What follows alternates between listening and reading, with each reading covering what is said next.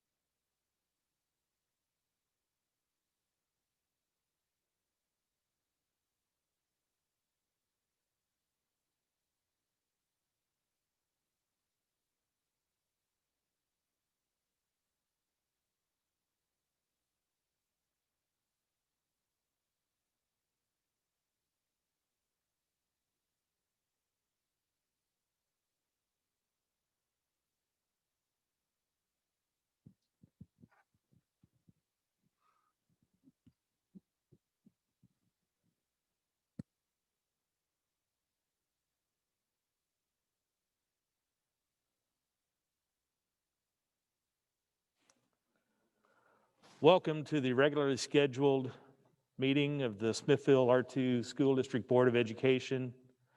If you would at this time, please rise and join me for the Pledge of Allegiance.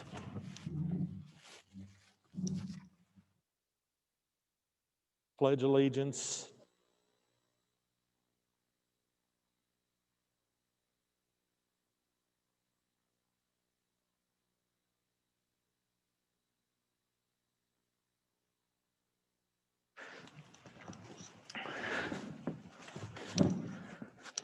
For those of you joining us on the Zoom meeting tonight, welcome. We have 5 board members here present. We've got Wade Kiefer on Zoom meeting, and Lynn Mathias is absent tonight. We'll start with item 7.0, adoption modification of the agenda. 7.1, adoption modification of the agenda. Does anybody have any comments or questions or changes recommended for the agenda? Hearing none, I'll accept a motion and a second to approve the agenda as presented. So moved. Second. Got a motion and a second to approve the agenda as presented. Any further discussion? Please vote.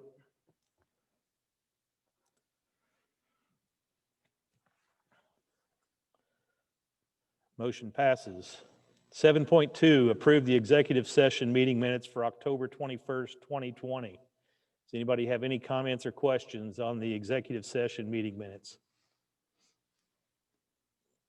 Hearing none, I'll accept a motion and a second to approve the executive session meeting minutes from October 21st, 2020. So moved. Second. Got a motion and a second to approve the executive session meeting minutes. Any further discussion? Please vote.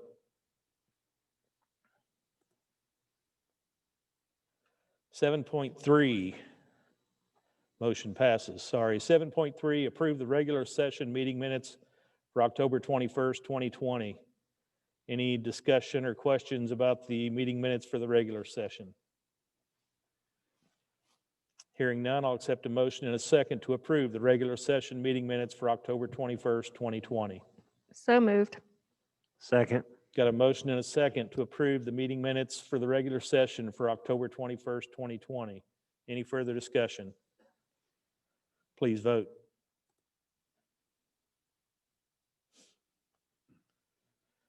Motion passes. 7.4, approve the joint school board Board of Aldermen meeting minutes for November 2nd, 2020. Any comments or questions from that meeting? Hearing none, I'll accept a motion and a second to approve the meeting minutes from the joint school board Board of Aldermen meeting from November 2nd, 2020. So moved. Second. Got a motion and a second to approve those meeting minutes. Any further discussion? Please vote.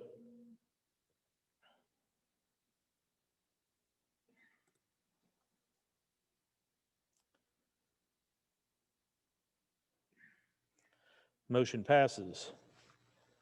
8.0, consent agenda items. On our consent agenda, we have 8.1, approve bills for payment. 8.2, supplemental pay for November. 8.3, approve EBB policy revision for final reading. 8.4, approve 2020A and 2020AA policy revisions for second reading. 8.5, approve IGBH policy revision for first and only reading. And 8.6, contract for 2021 graduation. Does anybody have any comments or questions on the consent agenda items? I do. Okay. On 8.5 in the IGBH definition number 4, it appears to exclude children that don't have English as their first language that were born in the United States where that English isn't the primarily spoken in the home. So can you give some details on that? Do we exclude those people that are born in the United States, but English is not the primary language spoken in the home?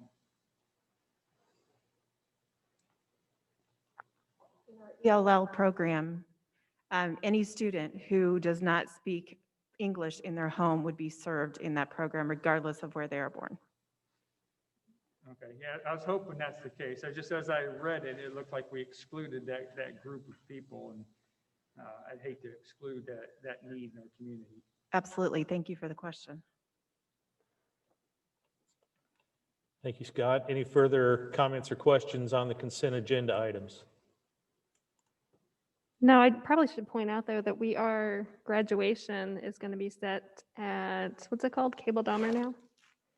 Indoors. So we're not going to be at the stadium this year, as of now. As of now. And that was due to a vote of students and Right. parents. Yeah. There was a survey Mhm. with the parents, so that'll be nice to get back there. No further comments or questions on the consent agenda items. I'll accept a motion and a second to approve the consent agenda items as presented. So moved. Second. We've got a motion and a second to approve the consent agenda items as presented. Any further discussion? Please vote.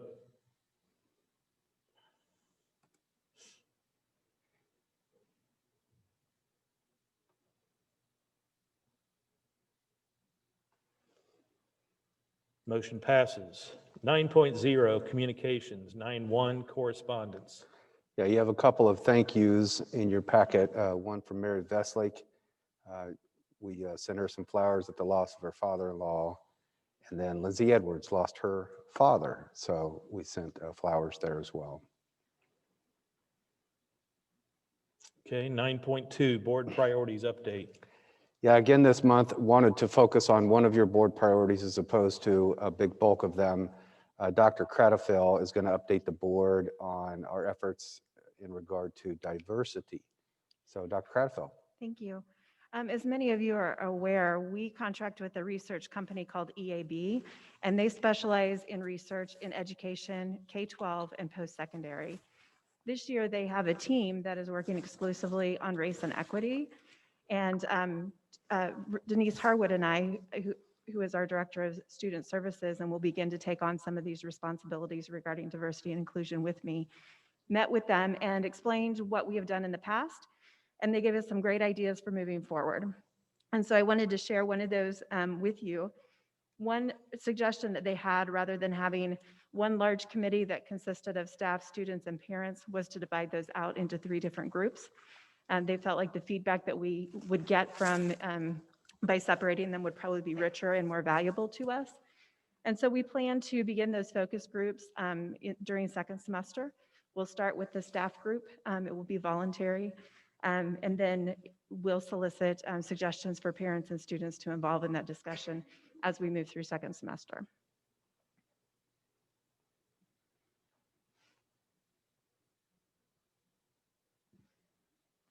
Any comments or questions for Dr. Cradafil on that subject? Okay, we'll move on to 9.3, Assistant Superintendent for Academic Services report. Yeah, I'm going to jump in here with a couple of things in collaboration with Dr. Cradafil. First of all, you've probably heard of Feed Northland Kids. It's an organization that does just that, helps provide opportunities for families that need a little assistance. And throughout the closure in the spring, they were extremely active in supporting the school districts in the Northland. And we participated in that program. And Dr. Cradafil really took the lead on coordinating distribution. And so tonight we have Chris Evans and Chris Donnelly from Feed Northland Kids, and they have a presentation. So I'll turn it over to them.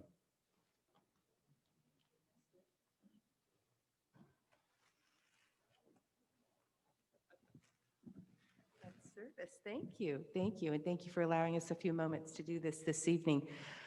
When schools closed at spring break in March, which we figured was going to happen, we started to panic because we knew we couldn't reach our kids to feed them. And we reached out to the 9 school districts that we help here in the Northland and Clay and Platte. And of course, Smithville is one of them. And you were immediate partners and said, of course, how can we help? And we created something we call a community food kit, which is essentially about a 12 or 14 pound bag of groceries, shelf-stable groceries. We top it with a fresh loaf of bread. And this second go around, now that we're doing this, we're pairing it with a produce box. It's the first round that you all were a part of, was just that grocery bag of product. And when we went into it, we weren't sure how long schools would be closed. We figured it'd be 2 or 3 weeks, but we didn't really know. And as you all know, it was a full 14 weeks, really. And we ended up running that program that entire 14 weeks. And you all were instrumental in getting it up and running in your district. And in that 14-week time span, we served 1,100 of your families, which is amazing. And some of those obviously were repeat week after week, but 1,100 of those kids went home in your community. We could not have done that without you. We were a very small organization.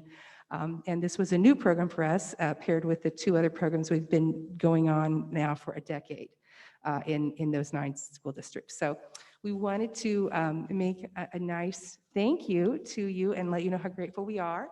And that's just a little plaque with our appreciation.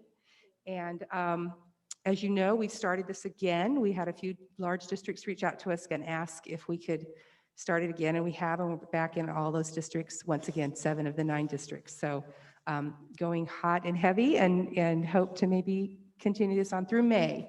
And once again, you all have stepped up and said, how can we help? And put things in place to make that a success and continue to feed our future here in Clay and Platte County, and we thank you for that.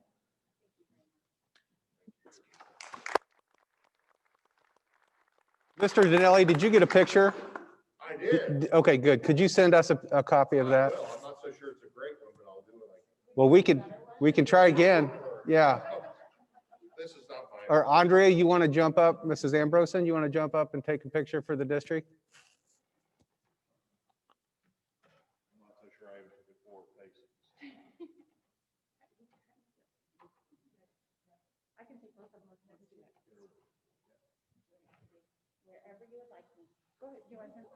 Get in there, Chris.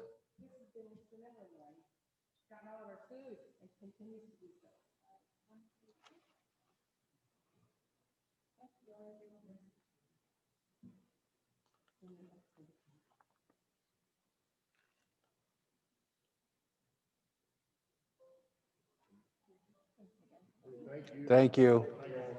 Thank you. Okay. Also, again, collaboration with Dr. Cradafel and myself. We wanted to plug in the COVID update to the board in this part of your agenda. Dr. Cradafel is going to wrap this conversation up with where we're at in the middle school and high school in the discussions with our focus groups. We've got parent and student focus groups going, and both principals at those schools are gathering feedback, and we're planning to solicit additional feedback from parents as well. So Dr. Cradafel is going to fill us in on where we're at in that regard. So I wanted to, the dashboard was a little bit fluid today on the district website. I believe that it's now settled in to the data that is going to stick. And so in the district for the period of 11/11 to 11/17, this is staff and students, mind you, we had 10 cases, 10 COVID cases. That's, I suppose, maybe a little high. but not near the highest that we've experienced. What really is we take a good hard look at is the quarantine number, because when our kids aren't here, it's difficult to work with them when they're in quarantine, or it's not as easy, I should say, as when we have them available. 81 people in quarantine total in the district. Maple's having a little activity now, and they haven't had much activity throughout the course of the year. So they've been very busy there. So that is kind of where we're at on the dashboard. A number that I'm really paying close attention to is our sub-fill rate. As the superintendent, and when I consider when do we need to go virtual in our district, whether it be a school or the entire district, I consider a couple of things that would cause us to do that. One would be to stop or slow the spread in our school community, or because we can't staff our schools. Well, we still have a low rate of spread in our school community. Some schools around us are having a hard time saying that now. They've been saying that up to this point. I had a Zoom call with several of my colleagues, superintendent colleagues, this afternoon, and some of them are having a hard time saying that. And you're seeing them make some decisions as a result of seeing some spread in the schools. But so far, of our 79 cases thus far, there are 8 that we believe were transmitted in the school environment. And if you saw my email to staff yesterday, I believe, that's best guess. When you're doing the contact tracing, I mean, we don't know for sure if something was or was not contracted in the school environment. But when you look at the facts, you have to make a judgment call. And so for us, the best guess is that 8 of those were transmitted within the school community. So out of 79, for only 8 to be transmitted in the school community, I feel like we can still say that the transmission rate is low still. As far as sub rates are concerned, the sub fill rate last week was a struggle. There were a couple, Monday and Friday, we had 7 unfilled sub jobs. And so when we don't have a substitute to fill a job, that means the administration and the administrative assistants have to do something, whether they take teachers that are on their plan time and plug them in to the class, whether the principal or assistant principal covers that. I mentioned earlier this evening, a principal and assistant principal at Horizon actually have been doing that to fill the void. So our administrative assistants are very adept at utilizing whatever resources they can. Today was a virtual Wednesday, so we had some staff at the middle school and high school that weren't as busy on a virtual Wednesday as they normally would be, because there were no students here physically present at the high school or middle school. So we were able to shuffle some staff that way. We just get it done, right? So, but 7 unfilled jobs is a strain. That was, again, Monday and Friday. The other days were not nearly as high, but the week ended with an average of 77% fill rate. 77% fill rate. So what does that mean, Todd? Well, the week before, we were at 100%, filled all of our jobs. Before that, I'll just keep going back here a little bit so you can kind of get a sense of a trend or lack of one. The week before that, 91%. Week before that, 91%, 95%, 89%, 86%. Prior to COVID, what we would say, we experience in the Smithville School District, general rule of thumb, a broad sample size, that we're about 95% fill rate. So that 77% hit us pretty hard. If you are watching the news and you're looking, you're reading up on school districts that are making difficult decisions, you'll see districts that dip down into the 50% range and that decided to go virtual, remote learn with the entire district. So we would have a long way to go.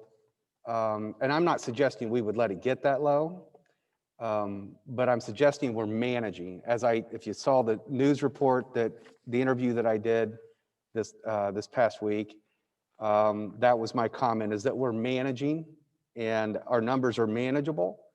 But we're watching, especially that sub-fill rate, because that's the second question: can we staff our schools? We're okay with the transmission at this point in time, feel pretty good about that. That can change. That can change quickly. It's changed for our neighbors. So that's an update for you there. You did, if you checked your email this week, you saw my communication to the staff. I plan to do something similar for parents this week. I thought I'd wait until after your board meeting to see if you had additional feedback for your superintendent. You saw probably at least the highlights of Mayor Quentin Lucas, his order, and that was followed by several orders of counties, and they followed suit, if you will, and all of those orders are very, very similar. Jackson County, Kansas City proper, Clay County, Platte County, they're all very, very similar. And in the spring and summer, as we were preparing for the fall semester, that wasn't the case. There was a wide variation across the counties, and which made it more frustrating trying to coordinate programs across school districts. But anyway, they are very similar. There's still some things that require clarification for school districts, and we got some clarification today. I thought I would share with you from the Clay County Center for Public Health. The director, Gary Zabarak, is a great resource, and we reach out to him frequently. But we asked for some clarification on are masks required for all students in PE and recess? And the answer is yes. By that order, that's being required. Will masks be required for winter sports athletes while they're playing? Not by Clay County Center for Public Health, but perhaps in some other counties. But that's not what our director is sharing with us. So at this point in time, we don't believe that it'll be required for our athletes while they're competing to wear their masks. And you remember Pembroke Hill soccer team came to Smithville to play in the sectionals round, and that team, they all had masks on while they played soccer against our Smithville Warriors. So that's the first time that we had seen that. We might see more of that in the winter sports season. What are the spectator limitations at sporting events? That was confusing as you read through those orders. If you took a good look at them, it's hard to know if they're talking about 50% capacity or the maximum 10, and they're talking about a maximum of 10 at our sporting events, is what the Clay County Center for Public Health is telling us that we need to do. Now, there is an opportunity for special events to request, submit a plan and ask for consideration for a special event, like, for example, senior night. If it's a student's last home game of their sport or activity, having the opportunity for more family to be there and be a part of that would be a legitimate request. We're in playoff football right now, and so down the road, if we continue to be successful, there might be an opportunity to make such a request as well. Let's see here. Other districts, in working with our colleagues, again, you see the same news I do. All around the metro, districts are going, I wish I had a clearinghouse that I could go to and I could look at each district and see what they're doing, staying the same, going virtual, what have you, because it gets so confusing and everybody's plan's a little bit different. I do know that Park Hill is going virtual after Thanksgiving for 2 weeks. I know that. I know that Platte County is going virtual Monday and Tuesday of next week because Wednesday's already scheduled as off for the Thanksgiving holiday. And then, of course, you got Thursday and Friday. So that provides some distance. Grain Valley has recently pulled the trigger to go virtual. Lee Summit, there was some news today about Lee Summit, doing the same. So you're seeing this all around the metro. Again, as your superintendent, I don't see the numbers that I believe that is necessary at this time. I do not believe that on the low rate of transmission right now in our school district, in our school community, and then our ability to fill sub positions. That's not where I'm headed at this time. I had a question this evening. Would we consider doing what Platte County's doing and giving Monday and Tuesday virtual? That way we can, kind of catch our breath and get some distance. And, you can see the obvious benefits. But, my response to that is we don't have the numbers to justify, in my mind, going that route at this time. Watching it like a hawk, I will also add that Liberty, Kearney, and Smithville are all in the same boat. In Clay County, as we look at that, Excelsior Springs is looking more like what Platte County is looking at doing. So it's good to know what everybody's doing, but we're looking at our data and considering what's best for our staff and for our students, moving forward. So I do not have plans, unless something really blows up soon, of making any changes here in the near future. I did want to mention to the board, though, just to be sure that we're all on the same page, should we start trending in a negative direction, of course, I would be sure that you were well aware that we were trending in a negative direction. And I would be sure that you were well aware what I was thinking and kind of the direction I was headed and what I would like to do. And I would, the way I would approach it is go ahead and do what we needed to do as long as you're well informed. And, a short-term closure is appropriate for the superintendent to make. I say closure. When I say closure, I mean we're going virtual or remote, not that we just shut everything down. But any extended change of the learning mode would necessitate the board's approval as a whole. Again, you'd be well informed all along the way. And if we felt we needed to have a special meeting, we could certainly pull that off as well. Let me look at my notes here. I think I've covered that portion of the report. Perhaps what we should do is address your questions about that, and then we can move into the focus groups and and that's more of a long-term, down the road, where we're headed or where we could be headed. So questions on what I've reported on thus far? Dr. Schutz, have we made any changes to our quarantine process based on what the governor announced? Good question. And it would be really appropriate if we had moved. See, that's in your agenda down here, 11.4. No problem at all. It was actually suggested to me by a colleague today that, man, we really should move that. But I think it is a separate consideration, and it needs to be an info action in case the board does want to do something with that. So we can talk about that in a little bit if that's okay with you. Yeah, I'll ask you again. I forgot that was later on. Sure.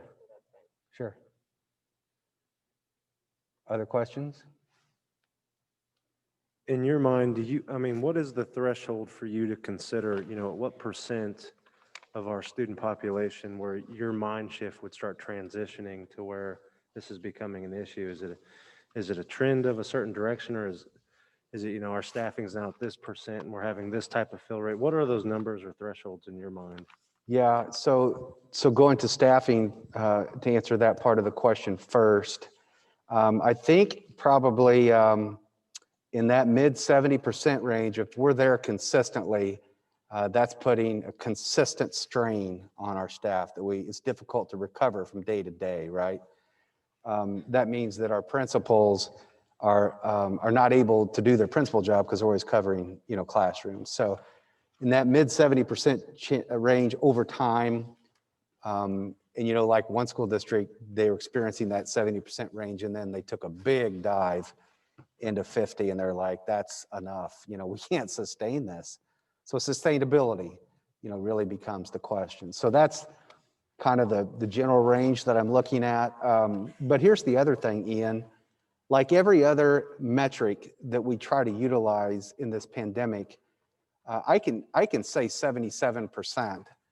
But what you don't know is on one of those days, I believe that 5 of those unfilled jobs were in the same school, right?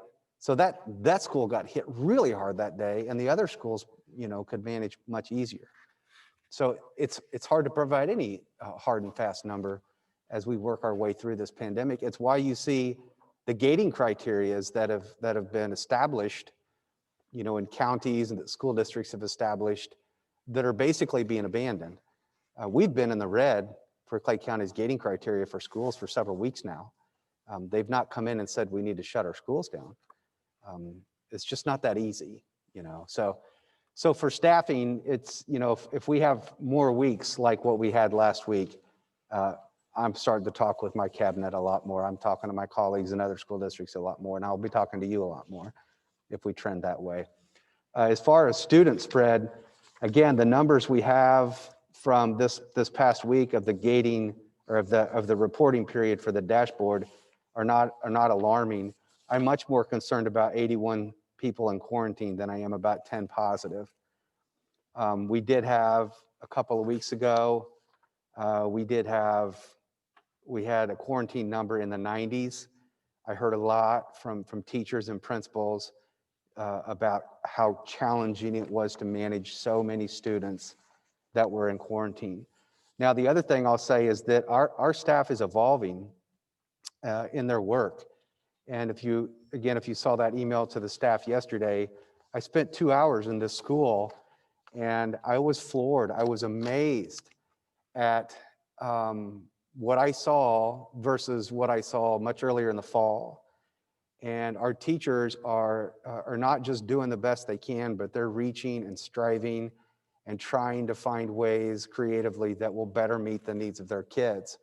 An example is flipping the classroom. I had and this is not a foreign concept, but a lot of teachers are trying this, where they provide the direct instruction in a 15-minute video, and they post that for their kids to view before they get into the classroom.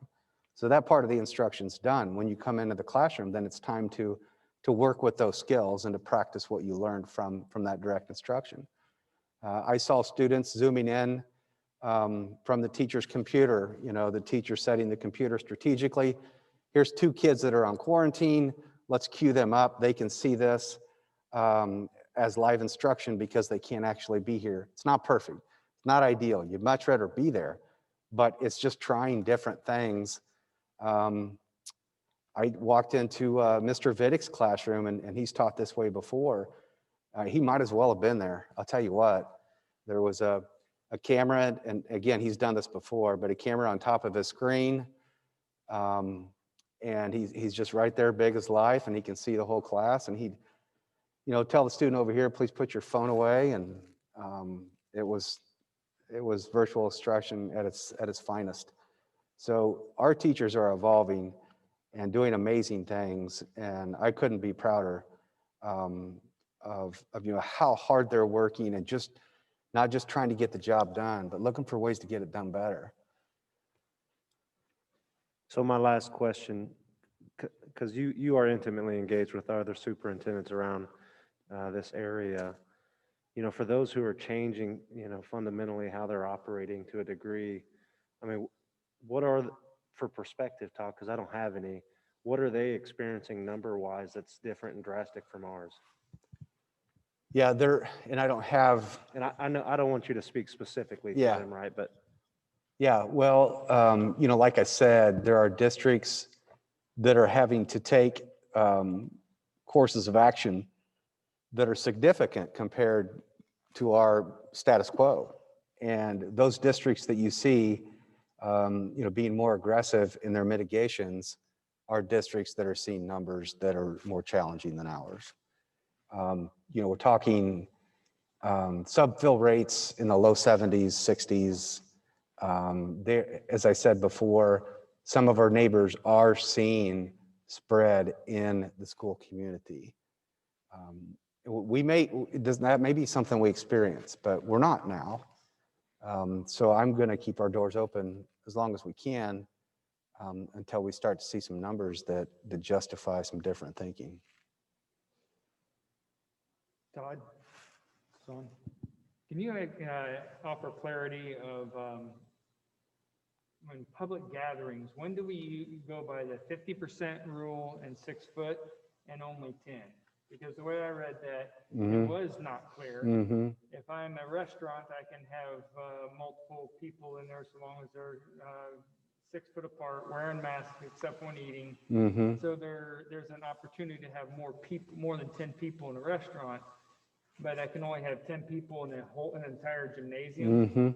That doesn't quite seem right when they also later on in that same article say, or the same letter say it's 50% as long as you can maintain 6 foot distance. So when do we go with 50%? When do we go with the 10? Yeah, great question. And we've had all those same questions and have asked a lot of those questions. The information I gave you from Clay County, I did not have that conversation directly with the director. One of my colleagues did, a neighboring superintendent. And from what I understand, they understand that that's confusing, that it's not real clear reading through there. So we just asked point blank, what do we have to do at basketball games, wrestling matches? And that's when we got the limit is 10. So I can't tell you, which one is which and why isn't it 50% there? Why aren't you applying it the same there?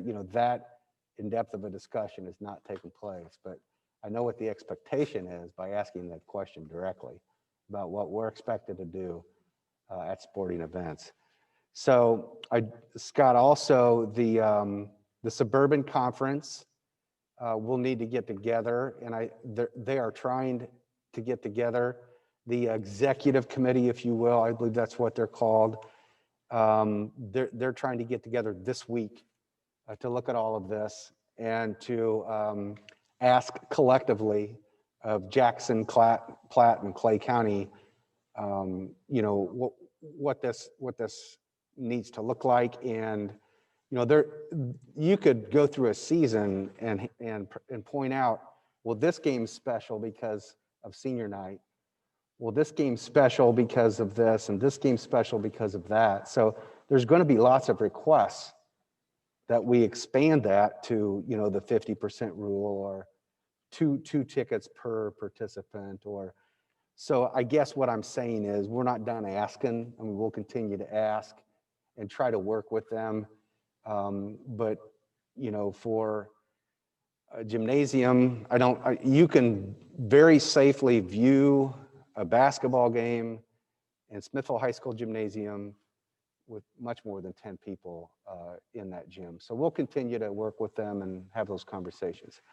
But what I'm telling you tonight is we're being told 10 is a limit. And just for clarification, these are the language in there, it reads mandate and not recommendation, correct? Good question. I'd have to go back and look at it. I think you're right. I'm guessing that you have read it that closely. It's been a day or two, so it's okay. to offer that clarification. Okay, I'd have to pull it up. Thank you. Good point. Any other questions on that part of the presentation? Great questions. And then I'll let Dr. Creditfield get into where we're going from here. Just very quickly, in your packet, I have included the results of the fall 2020 parent survey. It's divided out by building. At the middle school and high school, you have 2 sets of data. one for those experiencing the hybrid model, the other for virtual. At the elementary, all of the virtual are combined into one, so I did not separate out those buildings since those students are all learning in that environment together. I just want you to know that Scott Riley is working on making these results more presentable to our public, and we hope to have that on our website by the end of this week so that they also will have access to this. Overall, in the elementary, our parents are overwhelmingly satisfied with the current in-person learning environment. At the secondary level, at the high school, 85%, and at the middle school, 89% are at least somewhat satisfied. Now, to be fair, the biggest slices of those pies are the somewhat satisfied and the satisfied. There aren't that many that are very satisfied. And so clearly we have some room for improvement in that model. The data from these surveys will be used by the buildings to further question their families and find out areas where they can improve and continue to serve at the best of their ability. But as you are aware, at the high school and middle school, we do have some focus groups that have been convened in both buildings. A parent group has met at least one time with some follow-up meetings already scheduled. Students have met with building administration and staff have met with building administration. And the purpose of those focus groups is to determine what can we do better in this hybrid model. Ultimately, what we all want is to be able to come back 100% of the time, and we know what to do in that model. So what we're looking for is some guidance on, as long as we're in this current learning mode, what can we do to best serve our kids? So these groups have come up with some wonderful ideas through the leadership of Dr. Platt and Mr. Winterbor. And we're using that information to develop a survey that will be launched after Thanksgiving break to all of the families in the middle school and the high school so that we can get even more feedback on the different ideas that have been presented.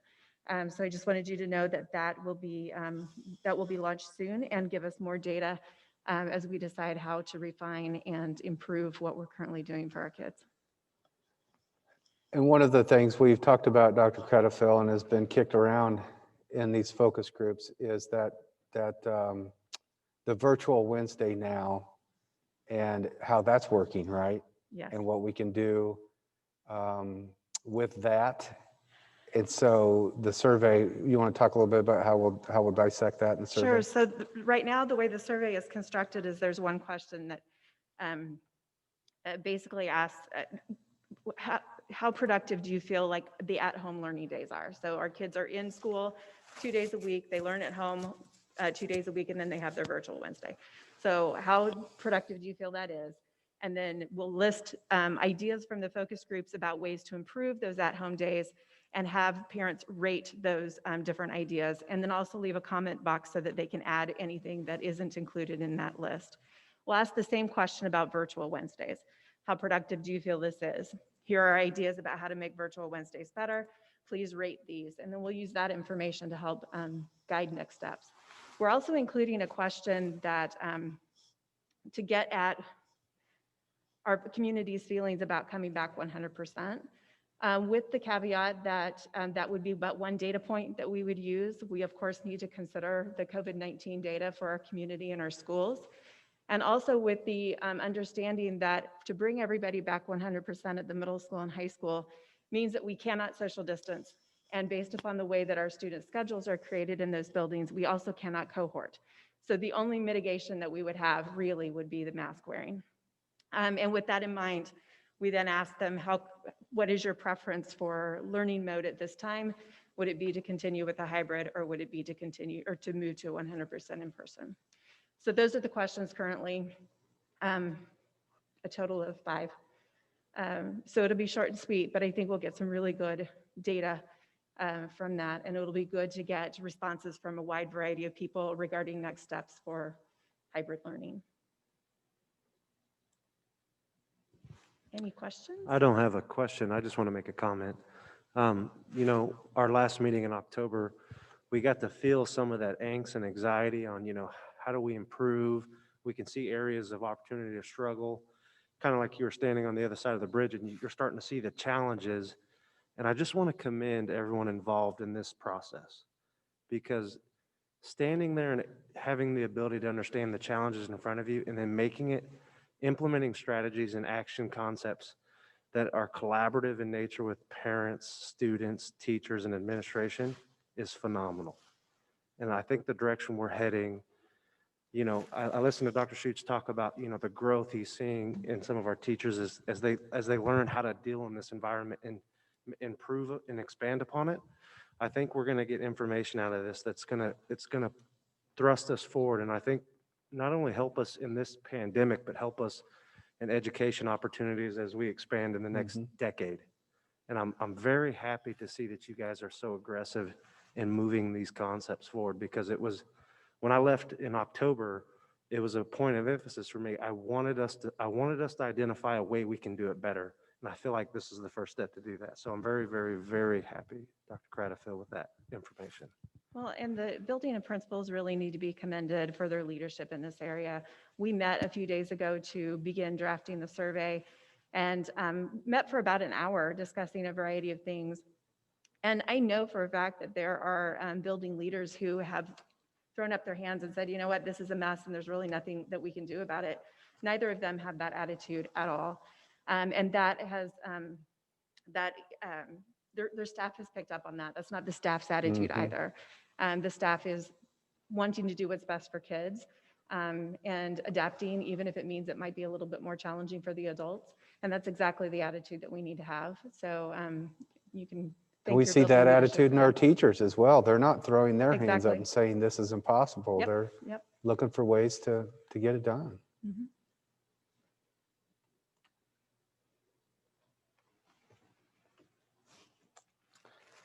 Any further comments or questions for Dr. Craddock, or Dr. Craddock, are you done with your presentation? I am done. Okay, thank you.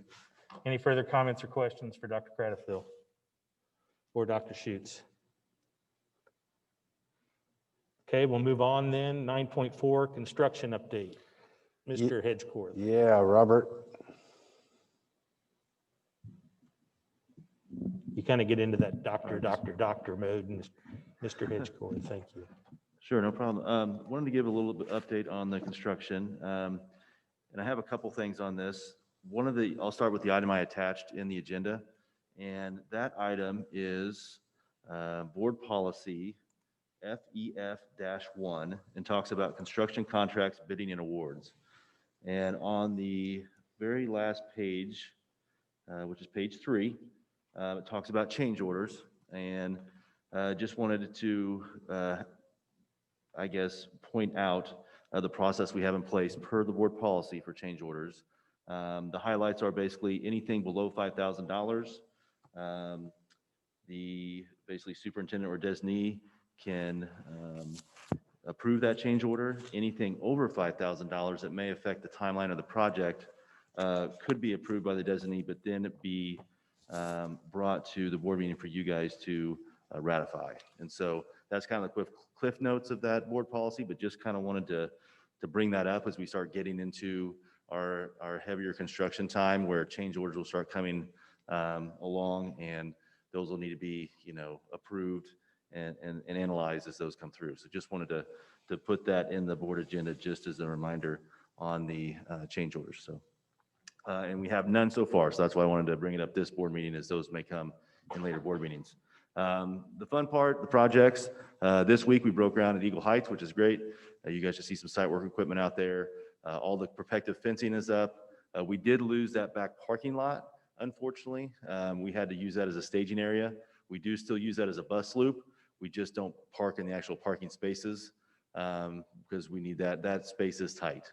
That is only 10-acre space out there at Eagle Heights, and there's just not a lot of places to put stuff. So hopefully that's all we have to take up. We don't want to take up any of the kids' playground, but we did have to take over those parking spots in the back. So if you visit Eagle Heights, make sure you park in those front 2 lots, and that way we won't be blocking any of the construction back there. So that's exciting to finally see dirt moving. That project is on time. The next project, Activity Center, we're continuing to collaborate with our teachers. It'll be using that area and getting that designed so we can get our bids out. I look for bid packages to come out in March, okay? That's when you'll see the major big package come out for that Activity Center. And then the other major projects for construction, of course, are in the summer of 2021. And so just preliminary discussions on those is those are pushed out a little further. So be happy to answer any questions you have. Still looking at breaking ground late March Correct. timeframe for the activities? Yep, that is correct. Okay. Any other comments or questions for Mr. Hedgecorth? All right. Thank you. Next item, 9.5, comments from the audience. I don't have any requests. Do we have anybody here that'd like to speak to the board? Yes, go ahead.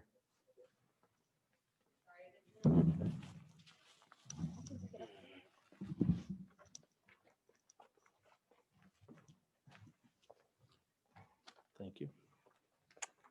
Hi. A lot of my questions were answered already. One thing, have you put out, or would you put out a call for subs? I know as a parent, if I heard that if we had more subs, if that meant the kids can stay in school, I'll sign up right now. What can we do? Yeah, about we that? have put out some communication requesting additional substitutes. Yeah, and when you look on that, it talks about orientation or a meeting. So maybe some clarification for parents that are listening and ready to sign up and help. Yeah, oh yeah, okay, great, thank you. I appreciate that opportunity. So Kim, if you go on the website, right, and go to the application page, you can sign up to substitute right there and we'll get you rolling. Okay, I'll do it tomorrow. Keep these kids in face to face. I appreciate that you're looking at Smithville specific numbers and not just doing what other school districts are doing.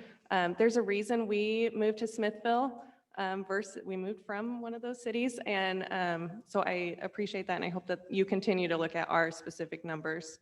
The note, I had the same question as Scott about the recommendation for no people at the sporting events versus a mandate. And I think, again, people live in Smithville for that community feel, and I would hope that maybe we can revisit that, get some more conversations, because I do feel like our kids and community are missing out right now, especially with a great football team, not being able to go to all the games. And I believe, are you going to talk about Governor Parsons? Okay, that's still to Yes. come? Yes. Okay. Then that's my comment. Whitney Carlisle. Yeah, thanks. Thank you, Whitney. Okay, moving on. 10.0 program evaluation, 10.1, the gifted program evaluation. Yes, Dr. Cradafil is going to cover this evaluation. Michelle, do you have any comments to kick us off here? To kick us off, I would just like to really commend our two gifted instructors, Sarah Young and Ashley McQuinney. As many of you know, prior to last year, we had a staff person who completely coordinated the gifted program. It fell under academic services, but to be truthful, I did not do a whole lot. I was not very involved. Last year, when our staffing changed, I decided that it would be a good thing for me to become more involved. And so I'm doing a lot of the behind the scenes.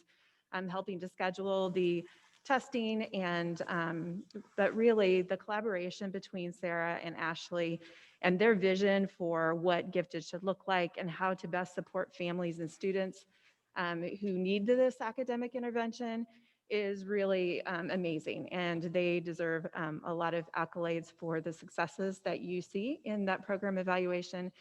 I very much appreciate their passion for what they teach, but also their passion for their students and their students' families. So I just wanted to share that and then answer any questions that you might have regarding the program evaluation.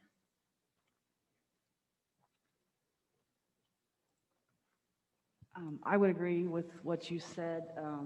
They really have done a good job. I liked the meeting they had last year before everything started, and I know they were going to continue to do that. I think that's a thing. They put that in their recommendations.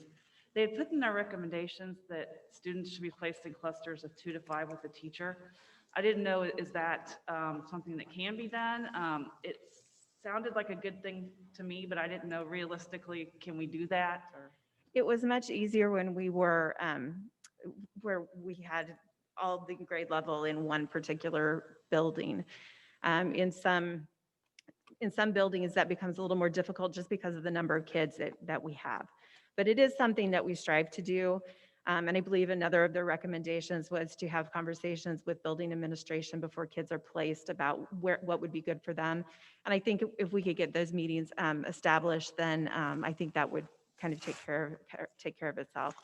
But it had been our practice for many years, and it is very helpful because then the student always has somebody in their class who has some of the same needs that they have. And they're able to attend Quest with that person as well as be in the regular classroom and support each other. So definitely, we know the benefits of that. Thanks.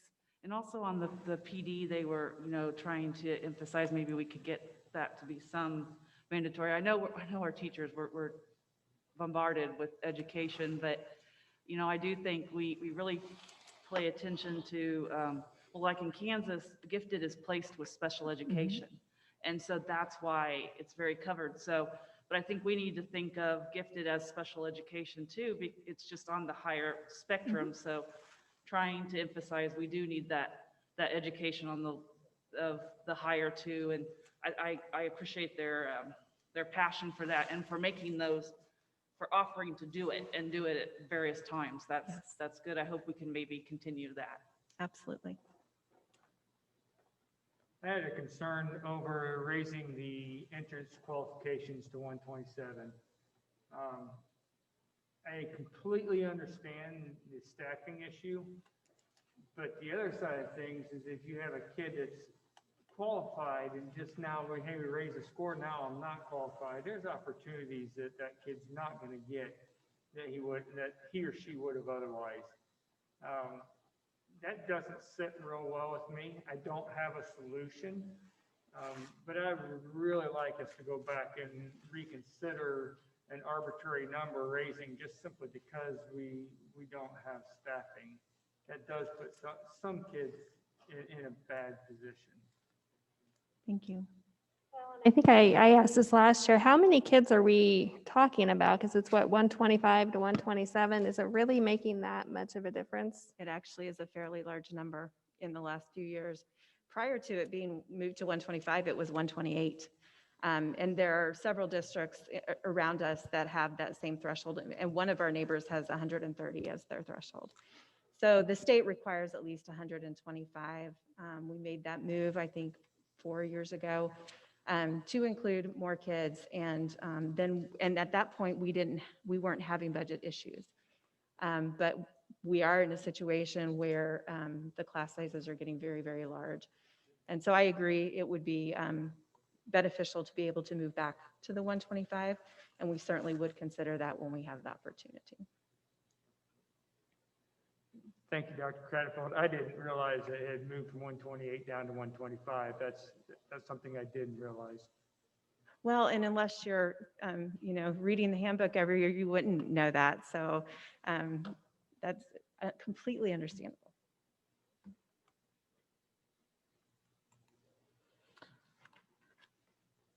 That just brings us to the point, though, that we keep that list of things that we would like to move on as our budget issues hopefully improve in the next few years. So that will that'll continue to be on the list of things we look at. We have a list. We do. I might mention that the middle school, the kids have an option this year. I mean, it's really hard to take them out of class 1 day a week or 1 hour a week when they're only there 2 days a week now. So she's given them the option to do it all virtually. It's gone very well. I mean, she's given them a list of assignments, projects, and then the kids, it's just up to them to go work. And then she meets with them virtually on conference calls. So I like the way it's going, and I like that they have a choice and they're still working with the kids the best they can. Any other comments or questions on the gifted program evaluation? Okay, we'll move on. 10.2, student attendance. Yes, Mrs. Harwood could not be here this evening. She had a death in the family And so she's with her family at this time. You have the report that she has prepared. We have plenty of administrators here that we can likely answer any question that you may have. So I'll just open it up to your questions.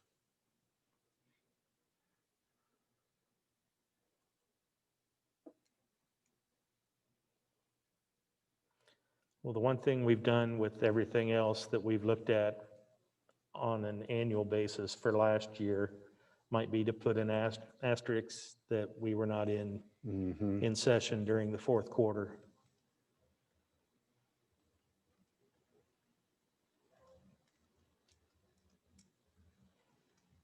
Any other comments or questions? I was trying to do some research on this. So I saw the order where they're not using the 1920 data for APR. They're not calculating the APR. Are they doing that again for 2021? I couldn't find anything on it. Not that we know of. As far as we know, all of the requirements are in place, including the state testing And attendance.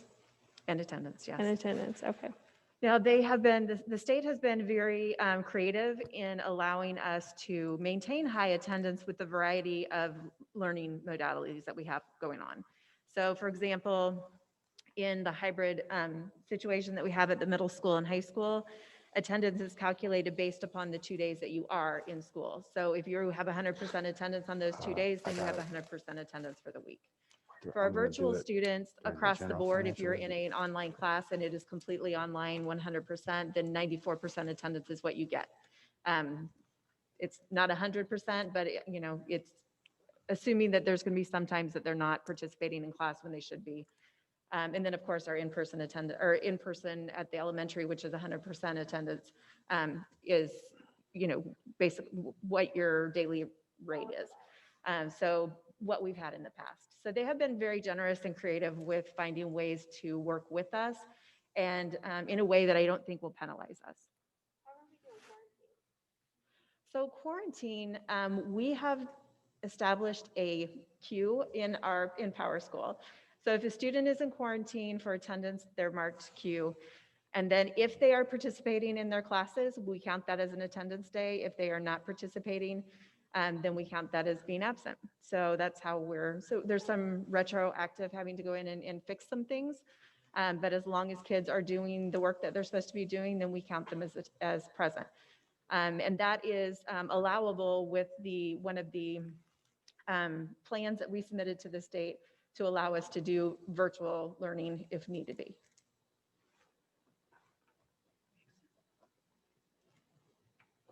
Any other questions on the student attendance evaluation?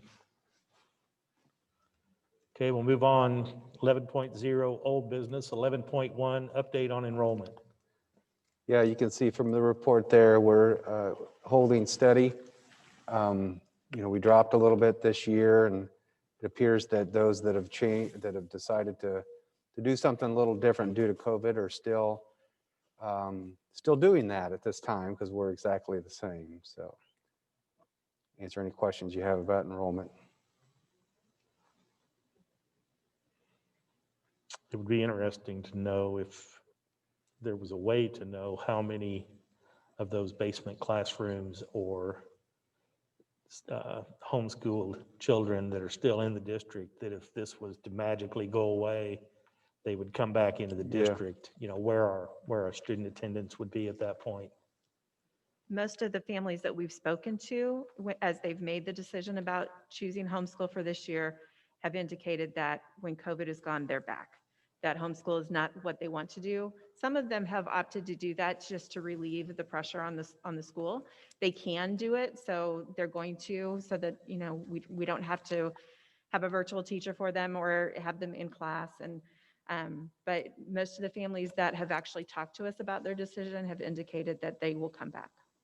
I have seen a couple of posts, whether it be on Facebook or other social media, basically posting 4 openings that they have in their programs, recruiting to come in. So no offense against them, but I hope that continues and we start to get the kids back into the schools. I agree.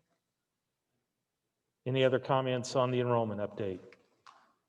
11.2, general financial review. Yeah, you have the review in your packet. Wayne's not here this evening, but I wanted to provide a couple of pieces of data for you. First of all, and I've tried to keep you posted this week, been a lot going on. I apologize for all the emails and text messages. You know, between your memos, there's just been so much going on that I felt like you needed to know right away. First of all, FEMA, we have submitted 2 projects. The first one, as you know, we submitted $159,152.89 for reimbursement. That was the submission. Wayne worked with them, answering many, many questions. It was very, very detailed, and they requested a lot of follow-up. But in the end of that first project that was submitted, they denied $132,637.13. So we did not get much from that first request. I think it's 29,000, basically 30,000 if you're going to round it. I think it's 30,000. So we did get a little bit, not nearly what we thought. We did reach out to Sam Graves' office, and at least ask for some some clarification, because we felt like these expenses were very COVID related and very necessary. So we're not really sure why so much of it was denied. So we'll continue to ask for questions on that front. In the meantime, we've already accumulated additional expenditures, enough that we could submit a second project to SEMA. And that submission was made today for $91,586 and 31 cents, $91,586.31. So Wayne will continue to work through that and see if that second project will be more successful than the first. Big news though, the city has their CARES fund. Remember, we got $274,000 with our CARES fund distribution, which came, some of it came through DESE and some of it came through the state. So we got this came from the county. The county distributed this to us, $274,000. Remember, we used that whole amount to complete our one-to-one from grades 6 on down to kindergarten. So that's what we utilized that money for. Very appropriate expenditure, because when we need to go virtual, our kids have what they need. So very, very important. But the city got a very, very different dollar amount. And this money was divvied up by the number of people that you're responsible for. So the city is responsible for the city of Smithville. Well, we've got just a portion of that in our 2,600 students. So the city got a pretty good number here that they're working with and they're trying to help people with. And they've already approved $58,129.99 reimbursement to the school district for our expenditures. So they're kicking some of that back to us, which is fantastic, and we greatly appreciate it. The big news, though, is last night in a work session, Wayne was able to attend, and the city was aware that we were denied $132,637.13. And the city said, you know what? We're going to approve $132,637.13 to the school district. So they approved every penny that was denied by SEMA for us to use for our COVID expenses. So between those two, the city thus far has provided the school district for in CARES money for COVID expenses, $190,000, $767.12. So a lot of support from the city there. We certainly appreciate that. I mentioned the $247,000 through CARES money that came from the county straight to the district. Also, DESE distributed some CARES dollars back in the spring that was based on your free and reduced rate. And you'll remember that we don't get a whole lot of free and reduced students. That number's low in our school district comparatively. it's low. It runs between 14 and 16%. And so because of that, we only got $77,000. And we have to the federal, well, to whoever will listen, we've asked them to consider a different distribution, and that was up to DESE on how to distribute that. We've asked for influence from all political angles to do that differently, like they did with the AARA money during Obama's administration. It was just a per pupil dollar amount. We're all experiencing COVID expenditures. Just because you have a higher free and reduced rate, I don't know that it's appropriate that you get a whole lot more money than a school district that doesn't have a very high free and reduced rate, because we're all experiencing budgetary constraints due to COVID expenditures. The other thing I wanted to mention is some of you are familiar with Jim Moody and the Moody Report. I know Sarah is a big fan, follows the Jim Moody Report. I don't know if you get any of his weekly reports, but Jim is very, what's the word I'm looking for? Very conservative. If things are looking good, he'll find, what's the opposite of finding a silver lining in a dark cloud? He'll find the cloud that has rain in it on a sunny day. I don't know. So he continues to talk about throughout this whole fall. He's talked about the strong collection rate in the state of Missouri, how strong it's been. Certainly, it's FY21 is a little bit different in that the tax year was shifted from one fiscal year to the next. So that certainly has had an impact, but when you look at the collections month over month compared to the previous fiscal year, the state continues to just do very, very well. And so we are,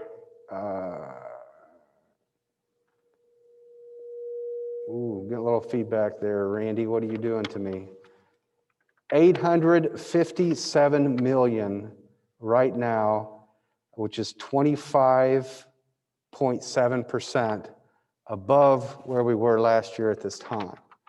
So we have a surplus, the state has a surplus of 857 million. It's approaching, of course, and that continues to grow. As I read these reports, week to week, month to month, it continues to grow. And so I gather that the governor's position is that this isn't over. Remember that they had a couple of withholdings that have certainly impacted your budget. And again, I understand that the position that this isn't over and we need to continue to be conservative so that we have, the resources necessary to combat the impact of COVID on a statewide level. But my goodness, that is a big pot of money to be sitting on. So I would expect that sooner rather than later, the governor's going to have to do something in releasing some of that money back to the organizations that it was taken from. So, or that was taken previously. So that's all I have for your financial review. That was supposed to be part of the special session that has since been postponed or delayed, correct? That was to do with law enforcement. What to do with some CARES money, yeah, but schools weren't ever listed in the mix of that, of that conversation. So maybe indirectly. Okay. Any other comments on the general financial review? Okay, go ahead. Comment I want to make publicly is it is incredible how supportive our local community is of our district, and that was clearly represented in our city official meeting when they decided to pick up the shortcomings from SEMA that was identified. And I can't say enough about our partnership with those guys and those individuals through the multiple means in which we collaborate. But I'm incredibly grateful, and as a parent and a community member of Smithville, I am just incredibly grateful. So Well, they were already prepared to do something significant, but the day of their meeting, I informed them of the 132,000, the exact number. And without even blinking, they said, well, then that's what we'll propose that we give you. So what, they were like 100,000, 132,000. Let's do it. So. Okay, 11.3, collective bargaining. Yeah, this, as my agenda item, I believe states, gives you a chance to talk about this in any way that you feel you should or need to, but also kind of moving forward here, I need a policy as your superintendent, or I'm asking for a policy, I should say, in the school district, and it's been suggested to the board that you could do a policy now, and likely we'll have to make some changes to it once the Missouri Supreme Court rules on House Bill 1413. Or you could wait until the Supreme Court rules, and then likely MSBA will be, revising policy anyway and adopt it at that time. I have no strong feelings on which way I would prefer. So if you'd like for me to develop a recommendation, I can do that. But again, you've heard a lot and haven't had a chance to visit yet. So I'll just turn my mic off and let you guys discuss that. Have you recently sent out with Scott and Susan on the board, have you guys seen the draft of the policy for collective bargaining yet? Has that been sent out recently? Okay. Possibility to request for an updated, the two different policies that we were looking at in the comparisons of the two. Was it? Well, so there's HA. I thought there was HH and HH2. There's HA, which is the general broad policy, and then there's HH1 and HH2. And the difference between HH1 and HH2 is that HH1 calls for a singular representation.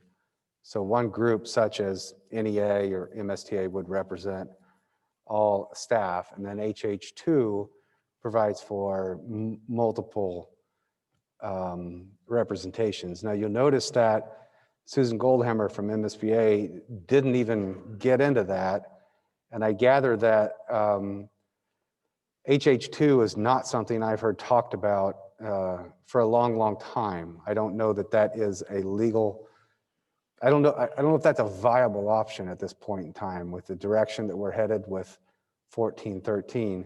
And that might be more clear after the Supreme Court rules as to whether that truly is an option or not, or a recommendation. So there's actually three policies. HA is recommended, and then you would have a choice between HH1 or HH2.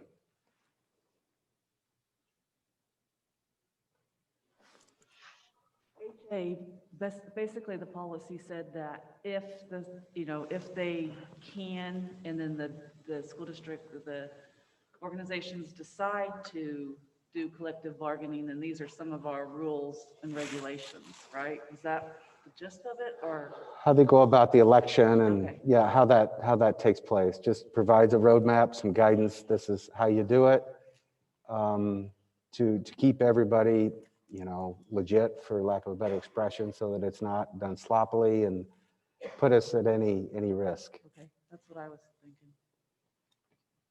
I kind of prefer a proactive approach instead of waiting on, the state. I would recommend, Todd, or I would support you bringing a proposal to us to review so we could move this thing along, to be honest. Okay. My thoughts. The other side of that coin is we can do a lot of work and then have to redo it all because of legal. So I would be on the other side of that, and let's wait and see what the courts come up with at the end of that, then develop our program according to what the courts have decided. I don't disagree, Scott, but you're doing that work anyway, so 50/50. I'm either going to do the work now and potentially have to duplicate some work, or I'm going to wait on a state decision and have to create a bunch of work anyway. And I would rather us progress in that fashion instead of waiting on a state decision that might not affect anything. I don't know. But I get your point. And you have, the MSBA has an HA policy. Perhaps the next step would be to look at that again, bring it to a board meeting, look at it again. That's what they have on the books and what they recommend you adopt now.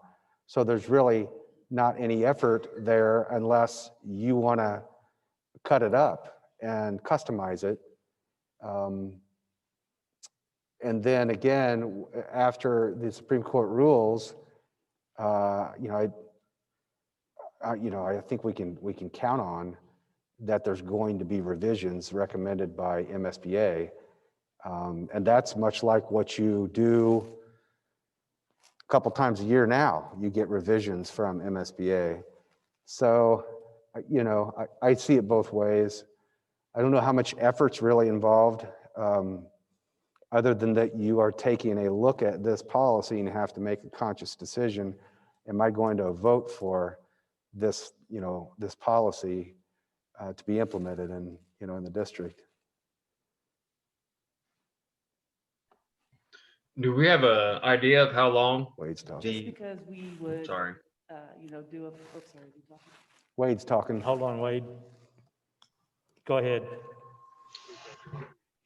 Do we have an idea how long the court case might be? Did they mention anything about that process? Yeah, a little bit was mentioned by Susan Goldhammer, at your workshop when she came to see you. She said that summer would be kind of the tail end of that timeline, if I'm recalling her comments correctly. The other thing I can tell you is that this week, I believe it was Monday, they did hear the first round of arguments from both sides. Lisa Guest back there, raise your hand if I'm right on that. Okay. So so that was, they did hear some arguments on it already. I think that's a good sign that they're already digging in, that the timeline is not going to be stalled here necessarily due to COVID. It was a virtual experience. I think there was one judge in the chamber and the others were all virtual. The legal counsel for both sides, they were all virtual. So they're getting rolling. That's a good sign. That's good. Yeah, we've been talking about this for a while now, and I think it's best we probably get the ball rolling and at least start looking at the policies and get a rough form. But I mean, I'm glad we had both of the discussions with both groups, and I know you've asked for it and collective bargaining, and it's easier just to have a contract, but I'm all for moving forward on it.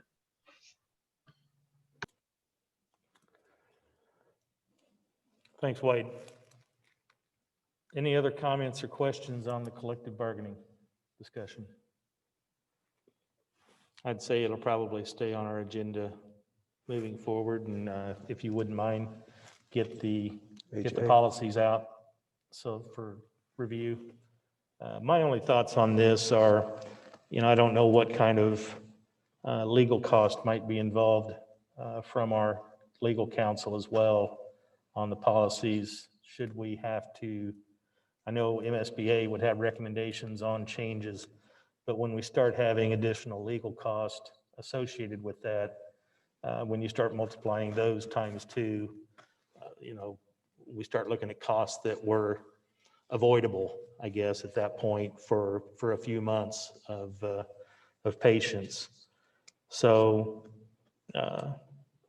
and we're looking at, we had the one in our consent agenda tonight that was approved on a first reading, but it only change in that policy was the title of one of the directors for student services versus special services. So that policy was adopted. We're looking at 3 readings, 3 months. So I don't think getting any big rush to go through everything twice is a major a major push or a big hurdle that we need to climb. So I think getting the policies back in front of us and for Okay. review, and then we can ask questions and kind of be prepared going forward as the case progresses. Okay, will do. Okay, 11.4, Governor Parsons' quarantine announcement. Yeah, again, would have been easy transition from our previous conversation, but this needed to be info action in case the board, wanted to act on this. You are aware of what Governor Parsons and the Department of Elementary and Secondary Education and the state office for, is it senior and health, that the state office, health office there, they all three came forward and provided this direction on the quarantines that would allow for, if two people were in proximity of one another and were both masked, one of them got it, but they were both masked, the other wouldn't necessarily have to be quarantined. So when I heard that this might be the direction that the governor was headed, I was excited about it. I was very excited about it. And my administrative team will tell you that I jumped all over it and really kind of jumped the gun on some things before we had a chance to process a little bit. But so I like it. I like the direction. I think from what I know as a layman, what I know about the virus, this direction makes sense to me. My concern is when we have so many other members of the public health community, such as the chief medical officers of our area hospitals, our county health departments, the CDC is not, their guidance is not consistent with this recommendation, and that they're all saying, whoa, whoa, whoa, we need to take a closer look at this. In my conversation with Clay County, that's exactly what he's asking for, is the opportunity to look at the science that the governor's office and those that he's working with are basing this recommendation on. And so he's going through that now. He's taking a closer look at it. And, heeds caution to those that are wanting to implement it. So because of the disagreement within this community of public health, I'm not prepared as your superintendent to recommend that we go this direction right now. At this point in time, I would love to say that let's just wait until they come to an agreement. I don't know that they'll ever come to an agreement. I don't know that that'll happen. There's a lot of diverse thinking, even among, within the industry as we go through this pandemic. But that's where I am with it. And certainly these are, times, well, I'll just be quiet there and let the board chime in and tell me your thoughts and what you think.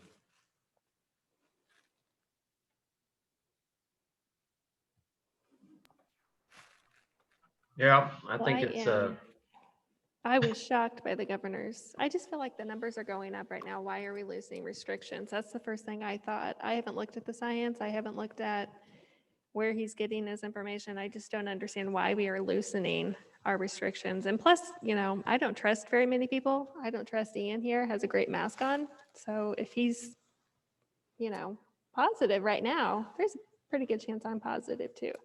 So I just don't know. And especially little ones. I think you and I talked about this, the kindergarten through sixth graders, they're doing a great job with their masks, but I guarantee you they're not wearing them correctly. So at all times. So if someone in the class does go out, I do think at least the little ones still need to be quarantined. So to that point, I have a kindergartner and we've went through 4 masks already. So, he's constantly playing with it, chewing on it. So to me, in a perfect world where you're sitting in a room full of adults and colleagues who are kind of adhering to that type of policy, but we're seeing in our own community that we're struggling just to wear masks in a lot of different environments, and we're seeing increases because of it. And to me, it doesn't make a lot of sense. I get that it provides us an opportunity to reduce the amount of burden and stress on our school structure by who we quarantine and send home and so on, which I think, and that's to me the greatest benefit is we could keep some of those kids in the classroom, right? But in the same token, until I think our county, until it's explored further with great data behind it, as why it's a solid recommendation, Dr. Schutz, I fundamentally agree with your ability to pause and say, let's take a more in-depth look before we change direction. Well, What- once again, I'm going to take the Sorry, opposite. Scott. We all sat down in a meeting with our school board association where Robert Redfield, the director of CDC, spoke to us for about 45 minutes. And he made the statement that the best thing anybody can do is wear a mask. If you go out on the CDC website, he's got multiple videos of him telling public that the mask is our best defense. If it is our best defense, and we agree it's our best defense, then it's a proper defense. If the mask is not protecting us against the disease, then we all ought to just take them off and go along with life as usual. We all believe, sitting in this room, that it is a good deterrent because everybody in the room has a mask on. So if the masks are going to do what they say they're going to do, if it does limit the transmission from one person to another, then if we're in a close proximity, it would reduce the amount of exposure a person has. I also want to say is the people that are making these decisions are in the position of protecting the public health. We are in position of protecting the education of our students. And we've listened to our own administration come in and say that our high schools and middle schools are struggling. This would be a way to help us get quarantined students back in the classroom in a safe manner. If you are a quarantined student, you wear a mask 100% of the time, all the time. Maybe we put them in a section of the room where they're 6 feet apart from the rest of the classroom and wearing a mask. But it gets those students back in the classroom, back face to face, and we reduce our problems with our overabundance of quarantined individuals, get those kids back learning in front of the teacher. I happen to support the governor's position on this. I think it's a good position. I think it's solid. And if you do go out and do your internet research, and we all understand that the internet research, you can get whatever you want to say whatever you want to support your position. There is plenty of medical personnel out there and medical associations that are in support of this position. There is equally the same number that are not in support of this position.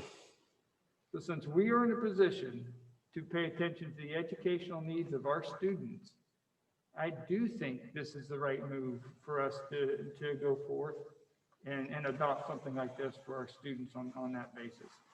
I for one, am in support of moving forward in this direction. Wade had a comment. Go ahead, Wade.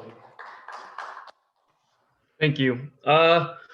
Yeah, it would be great, yes, to reduce our quarantine and this stress that we're having about it, but we need the science. We need the science behind it. We don't solely worry about education. We also have to worry about the health of our students and the families around them. And I feel like until that's safe and we know that's sound, then we can probably move forward. But for now, I think we need to stand still, and that's what we need to make sure we're taking care of, is also the health of our students. Thanks, Wade. If you go one step further, just in support of that, the mortality rate, if you look it up on the CDC website, the mortality rate of an automobile accident is what they call 11.6. The mortality rate of COVID-19 with anybody under the age of 50 is, the highest is 10.62, and that would be in the age of 40 to 50. The age of our students is in a 0.1.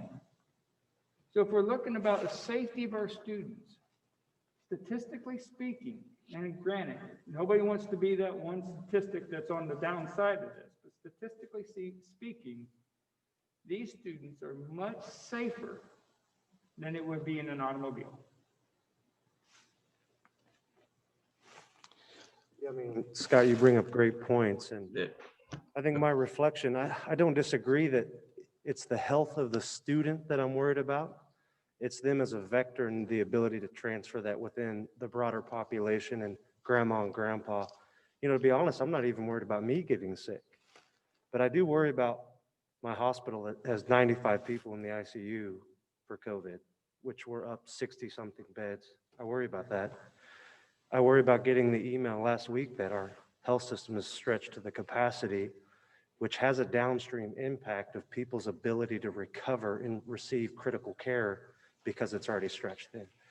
So it's not necessarily the student that I'm worried about. It's their ability to be a vector and transmit that disease throughout, or that virus throughout the community in certain fashions that if we would just take common sense steps and approaches to pause and use good science and caution some of those, you know, quick responses, that we could drastically save grandma and grandpa's life if or by exposing or not exposing. But I don't disagree with your points, and I get the need that we need to educate our students and we need to meet that need, but we're in a time where it's not a typical environment.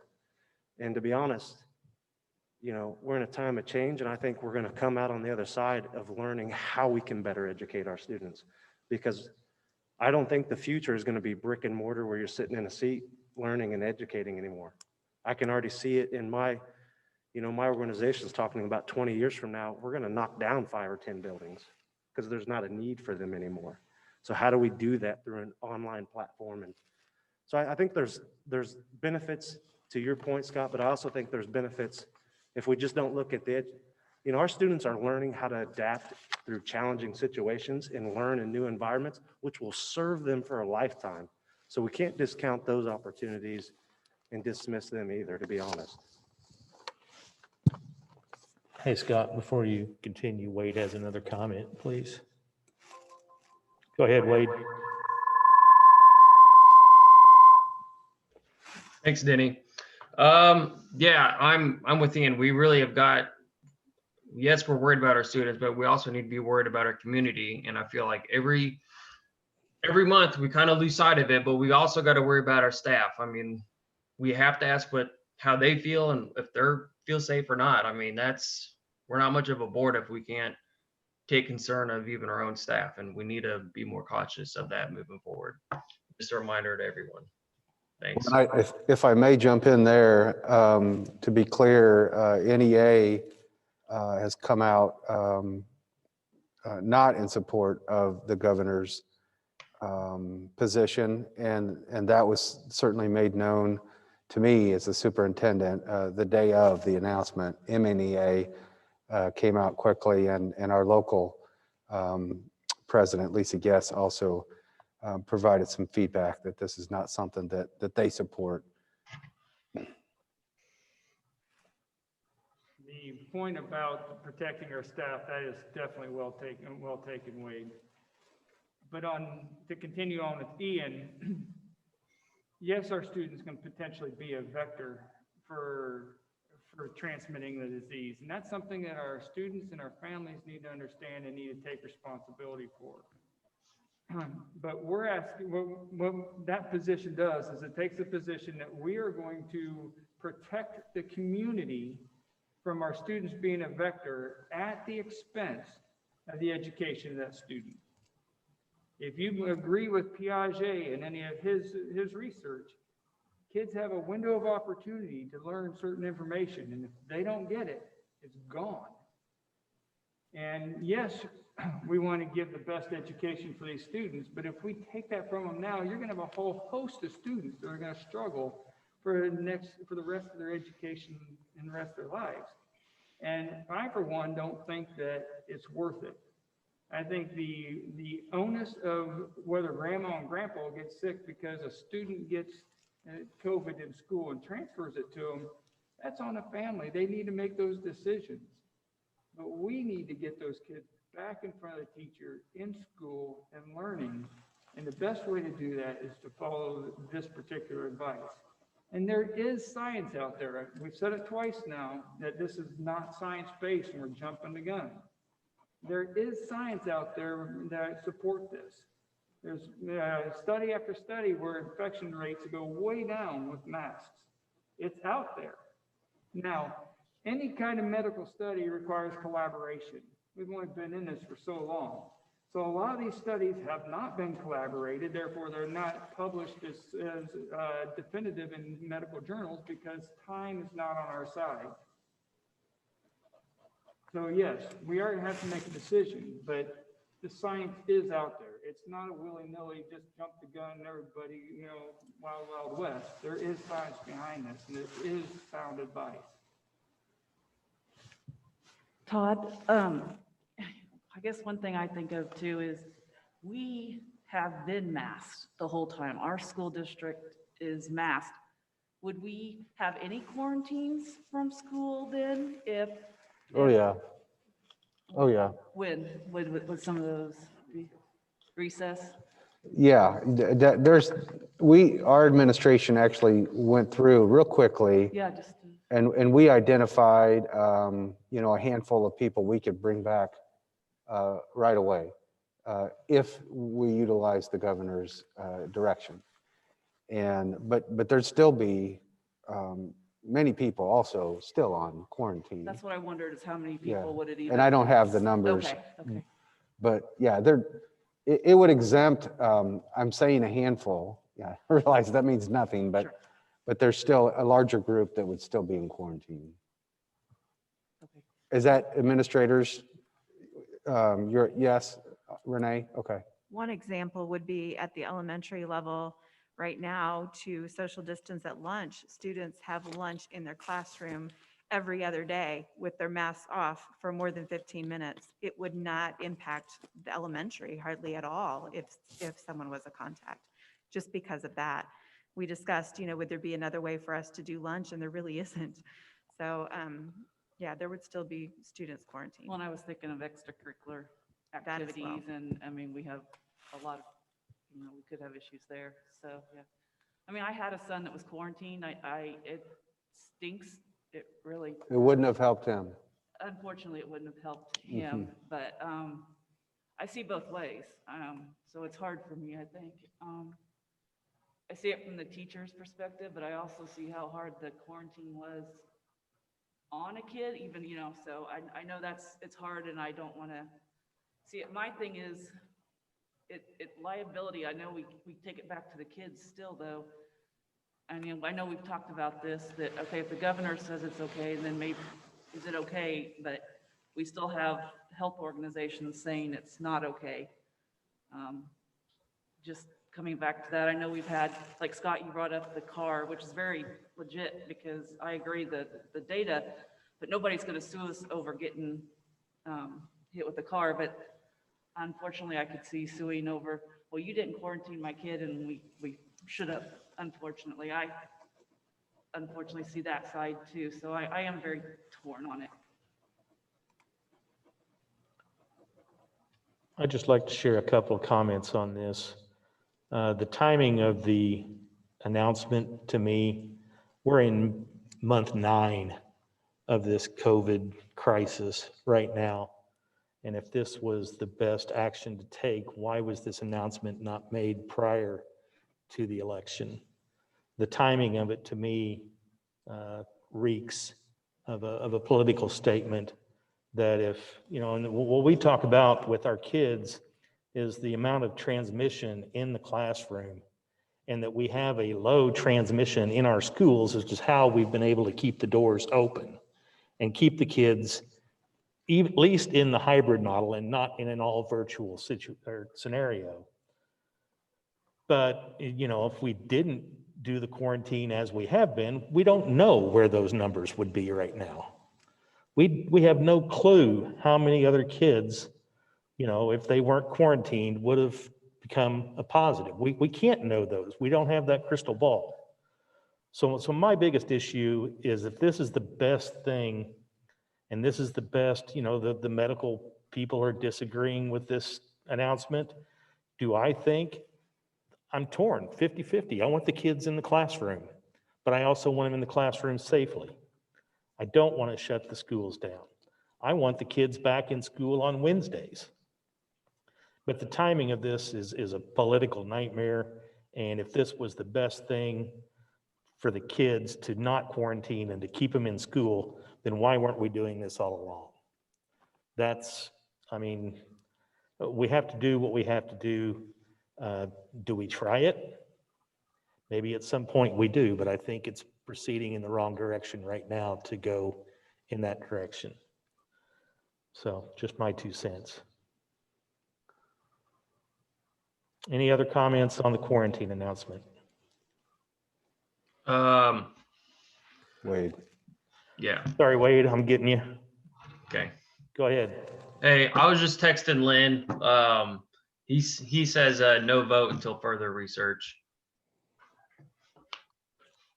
We just wanted to comment real quick. Okay, thank you.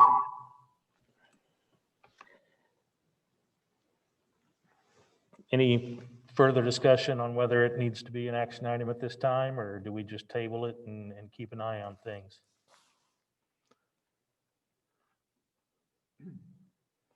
I would love to vote on it, but through the comments, I'm pretty certain we know where that vote's gonna land.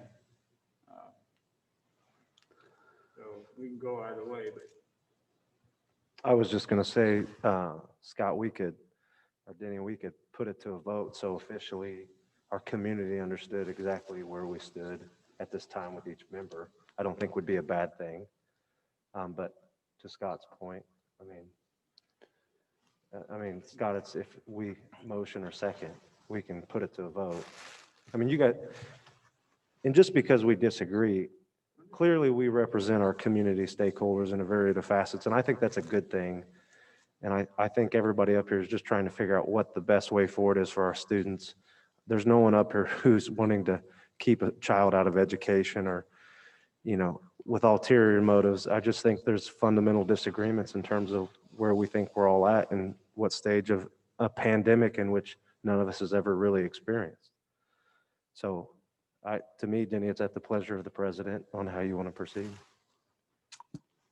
Well, I would like to have the board make that decision as the 7 of us or as the 6 of us tonight. I don't see taking a vote to cause any dissension or to pick sides at this point.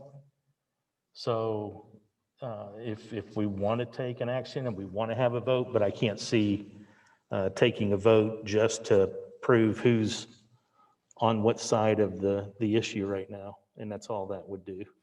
Todd, are other boards making decisions on this? I sort of personally, I'm just a layperson. I'm thinking of the kids, but it's hard for me to think about making a decision like this that affects, I know you're the same vote, but are there other boards that are voting on this issue? Well, just to the east, your neighbors, Kearney School Board, have a meeting tonight. I believe this is on the agenda. Liberty had a board meeting last night. And I say I believe this was on the agenda. I haven't actually looked at their agenda. As my impression, that they're having the same conversations. Well, I would also go back, I'd also go back and ask the same question that was asked earlier. Is this a recommendation? Is this a comment, an opinion, or is this a mandate?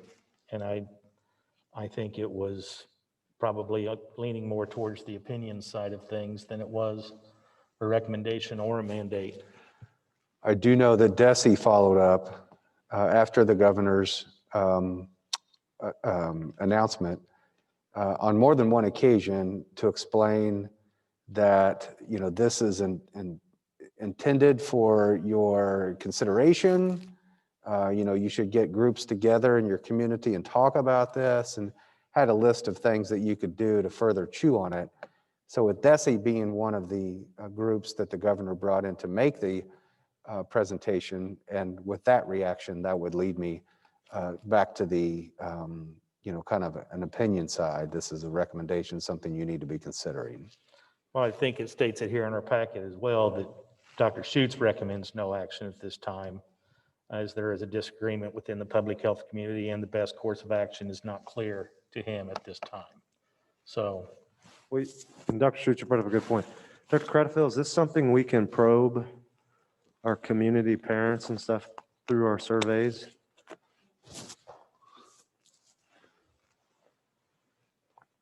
There is a question that specifically asked about 100% attendance. I guess we could probably draft a question regarding quarantine procedures. What are your thoughts on that, Todd? I can't hear you. We have a question on the survey about 100% attendance. We could potentially add a question about quarantine procedures.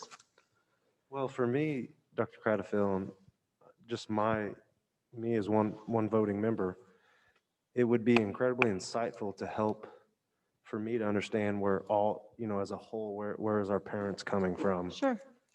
I am a parent of a kindergartner, but I am one of how many, right? Mm-hmm.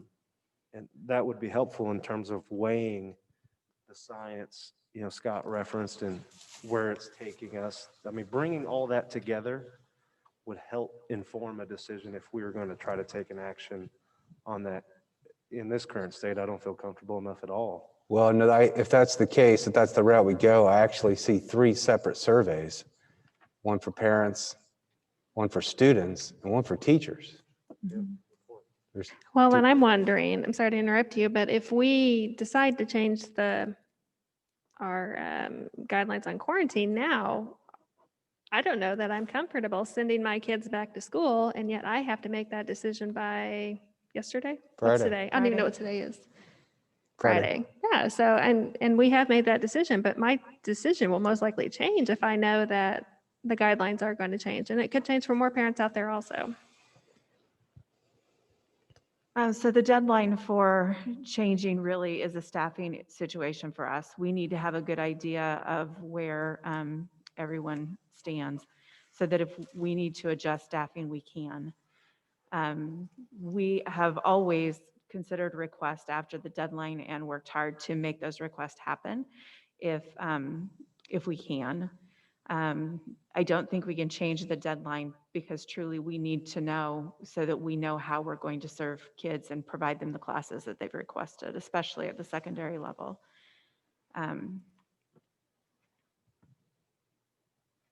guess I'm a liability underwriter by trade, in case any of you guys know, so I don't trust anyone, and I'm very cautious at all times. But I think this is a decision that I cannot make in good faith with a week's notice or less and saying, okay, let's do it or let's not do it. So I'm not even comfortable making a decision one way or another, but I know if I had to, I would say no, we can't press our luck at this time.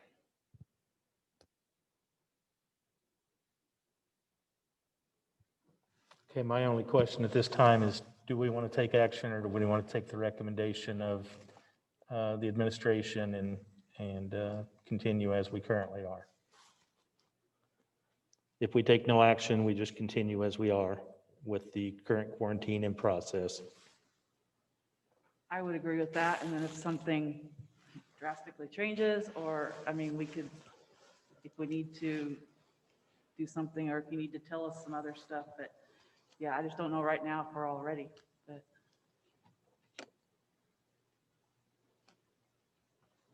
Any other comments or discussion then on the quarantine policy currently in place or the governor's announcement?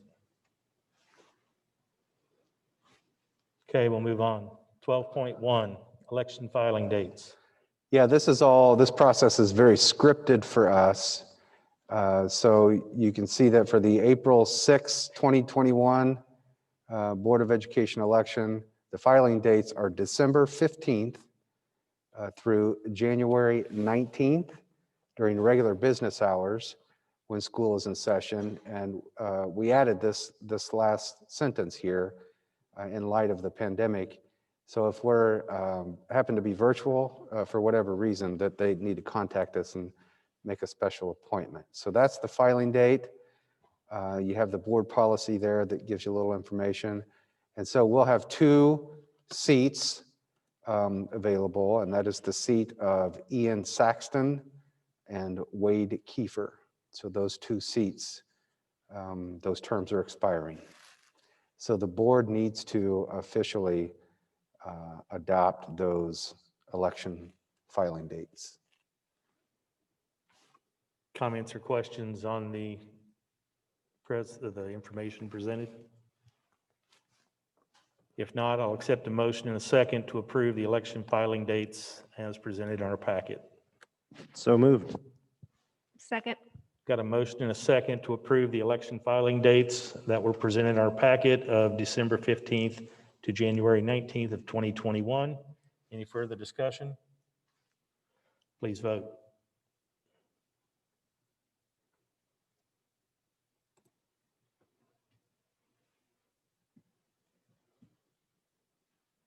Motion passes. 12.2, renewal of workers' compensation and employers' liability insurance coverage. Yeah, and it's time to renew this coverage. We do this on an annual basis. And again, Wayne is not here this evening, but Robert is, and of course I am.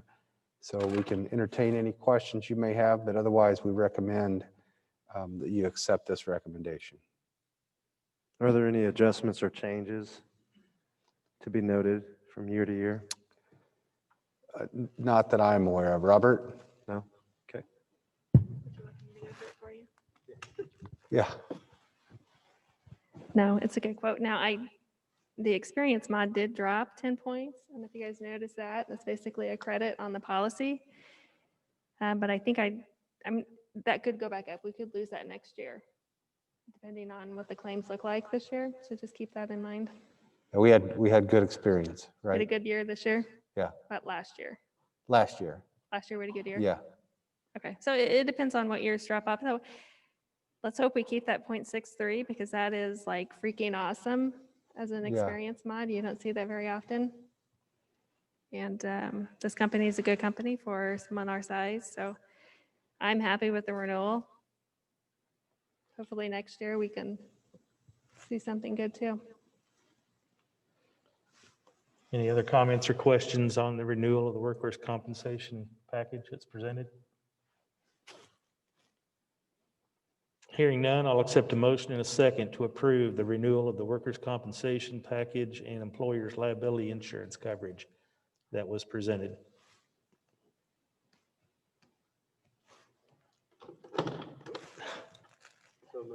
So moved. Second. We got a motion and a second to approve the renewal of workers' compensation and employers' liability insurance coverage. Any further discussion? Please vote.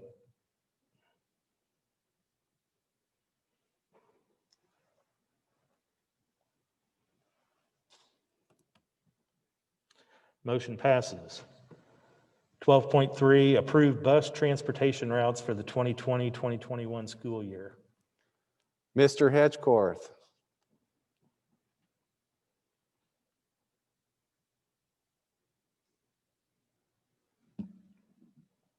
Yeah, so the attached trip analysis that you see, just want to kind of show what it gives you. In that first column, you can see what the bus number is. You can see the start and finish time for each bus, the distance it travels. Of course, the max students on a bus, that's not valid because we don't put those numbers on our buses anymore because of code procedures. We've reduced that. And then it basically gives each trip, the driver's name, for each situation. There's 6 pages in that report. So I'd be happy to answer any questions you have.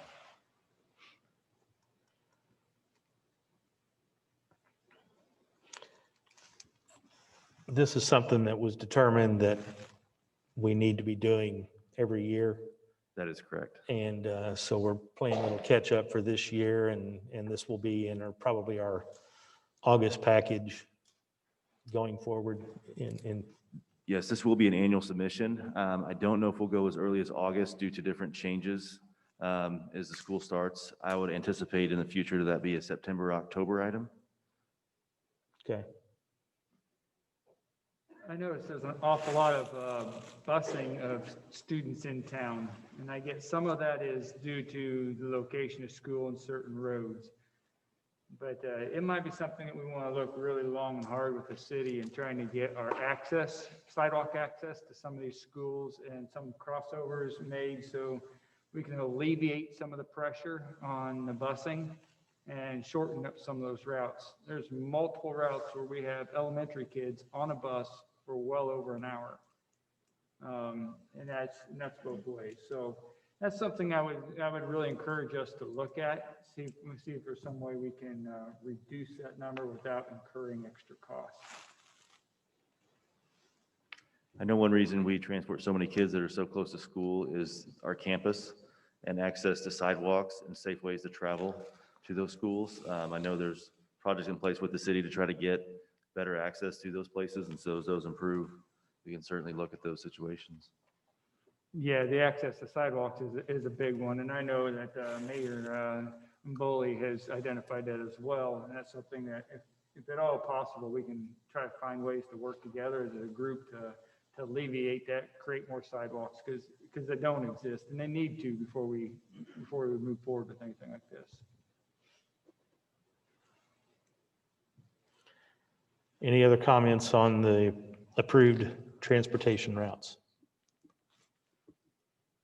Hearing none, I'll accept a motion in a second to approve the bus transportation routes for the 2020-2021 school year. So moved. Second. Got a motion and a second to approve the bus transportation routes for the 2020-2021 school year. Any further discussion? Please vote.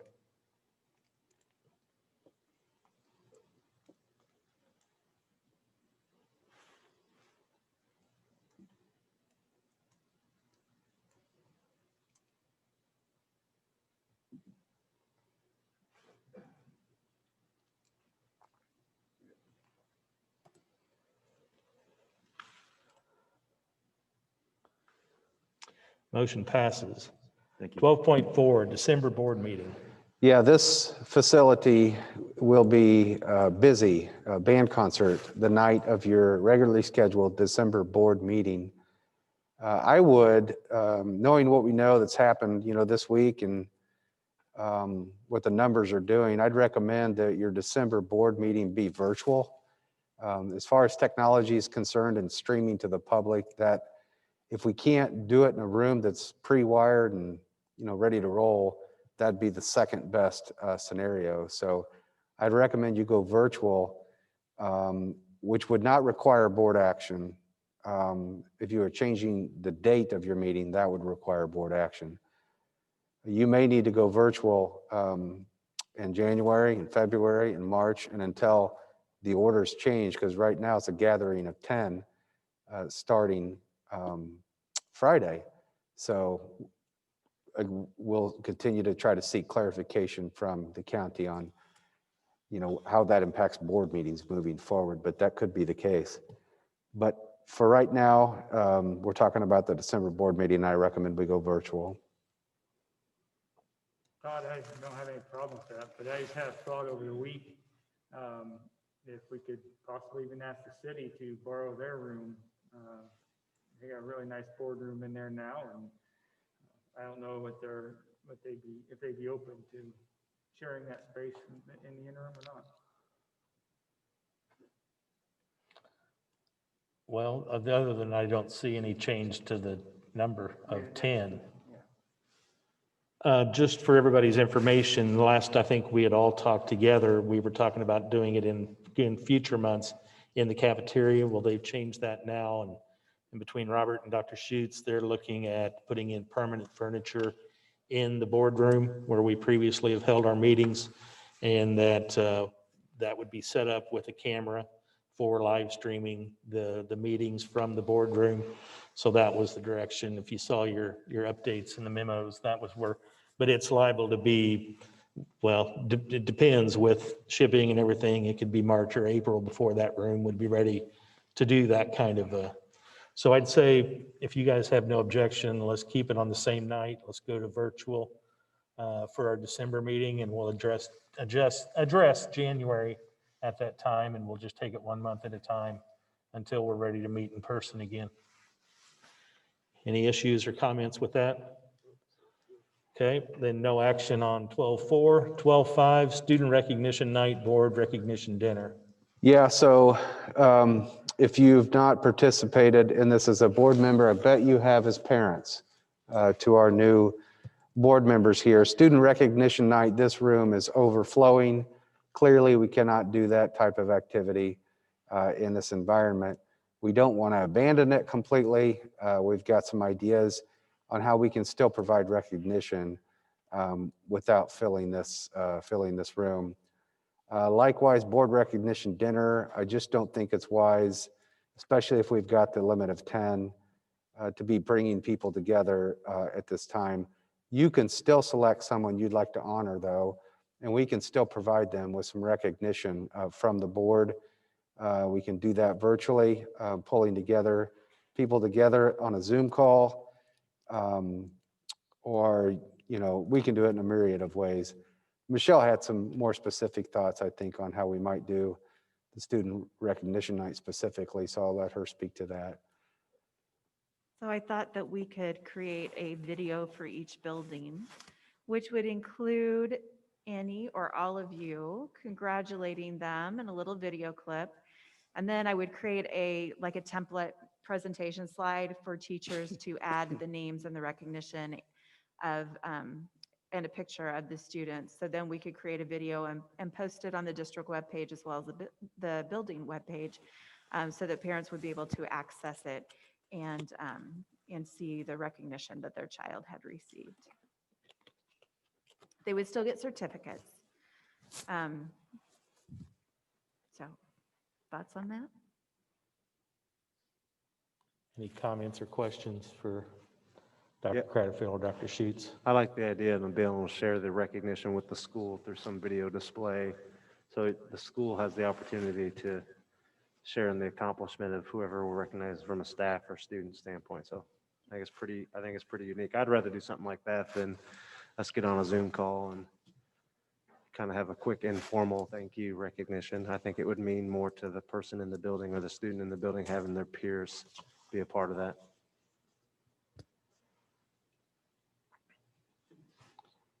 Any other comments? Okay, let us know. Okay, thank you. 12.6, personnel report. Yeah, you have the report, and we ask that you approve it. Okay, we reviewed the report and had any comments or questions during our executive session. So are there any further discussion that needs to be had at this time? If not, I'd accept a motion and a second to approve the personnel report as presented in our packet. So moved. Second. Got a motion and a second to approve the personnel report as presented in our packet. Any further discussion? Please vote.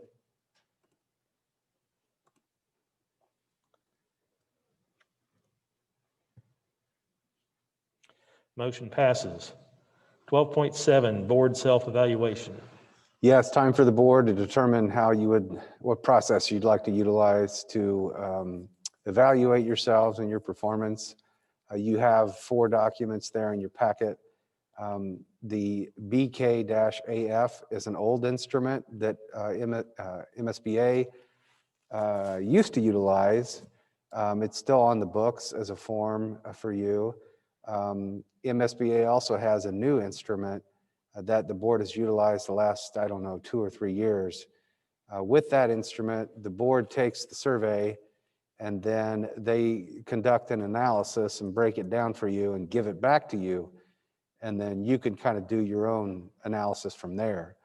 That's what the board's done the last couple of years.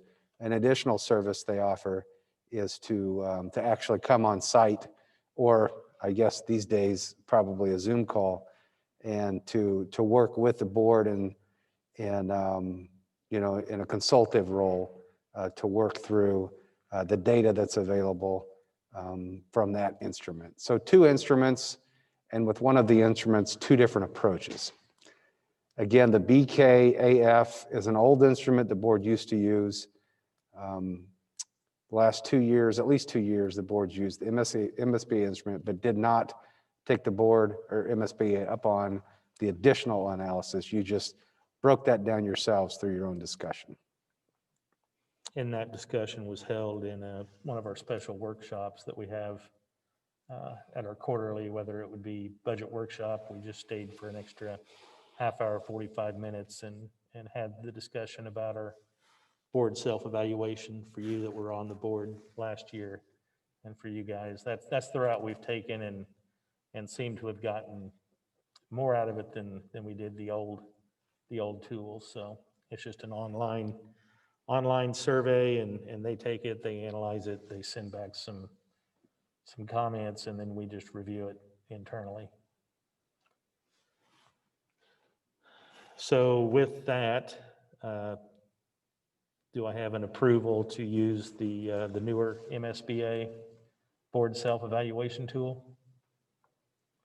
And if so, I'll accept a motion in a second to approve that tool for use. I'll make a motion that we use the same tool we used last year. No additional analysis other than our board workshop where we discuss it. Got a motion? Second. Got a motion and a second to approve the use of the board self-evaluation tool, the new tool provided by MSBA, and that we will conduct a board self-evaluation workshop at some time in the future. Any further discussion? Please vote.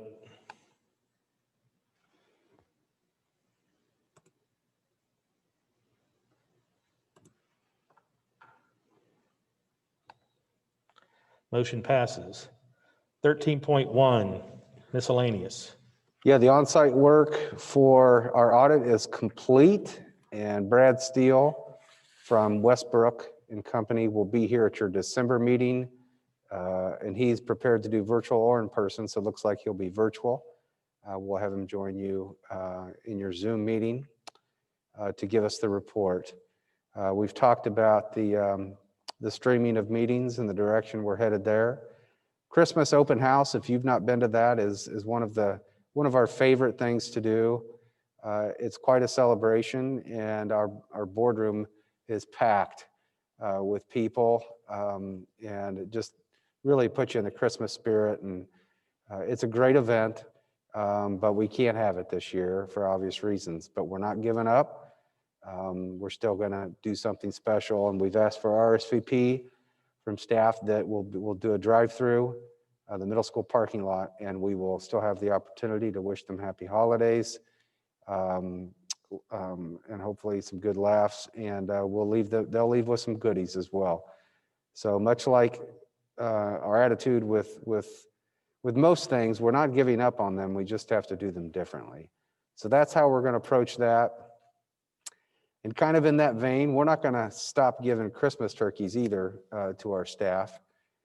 We will still provide Christmas turkeys. People have signed up for those, and they'll be available at each school on that last day before Christmas break begins, December 22nd. Now, December 22nd is a full day of school.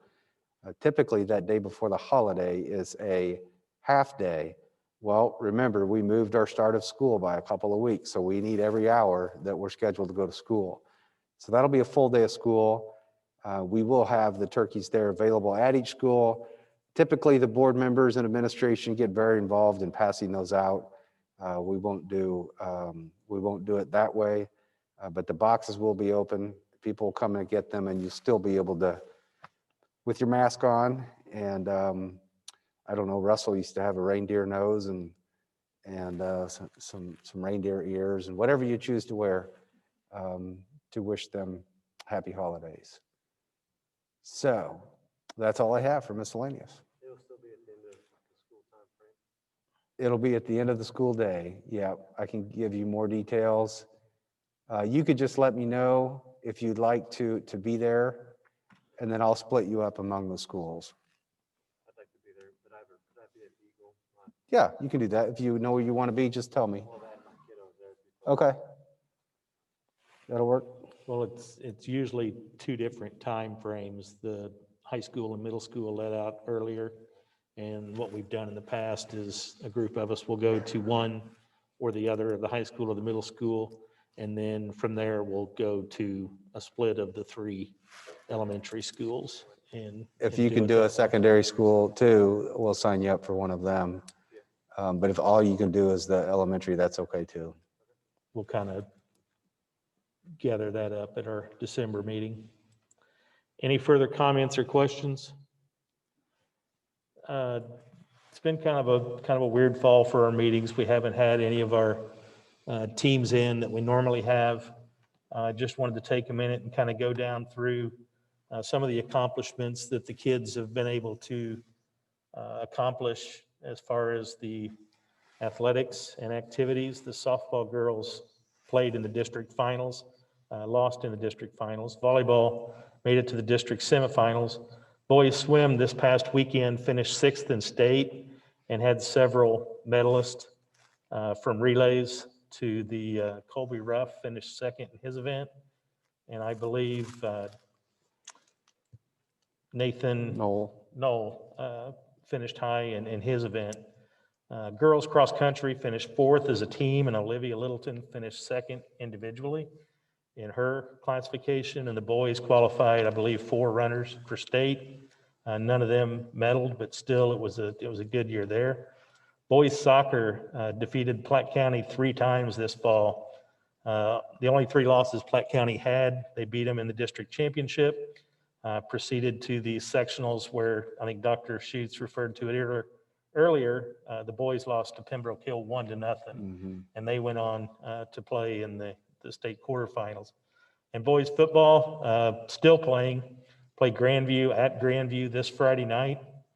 Not sure exactly yet how this new order is going to come about as far as people in the stands, but should and when results of this Friday night happen, there's a very good chance that we would host the state semifinal game the following Saturday. So just kudos to the kids for their continued hard work in and out of the classroom. And we'll see if we can't continue and make the rest of this first semester a positive experience for the kids. Any further comments or questions before we adjourn? Yeah, if I could add to that, it's the board's practice to bring in any team that finishes 4th place or higher in the state to congratulate them and their coaches. We'd still like to do that with the girls cross country team, and we can do that virtually. They won't get any cookies from OPA, but we can still celebrate them, right? So we'll set that up with the team and the coach for one of your upcoming meetings. Well, you'll get to hear the coach tell about the season, and then you'll have the kids introduced to you, and you can certainly congratulate them. Any other comments? Hearing none, I'll accept a motion in a second to adjourn tonight's meeting. So moved. Second. Please vote.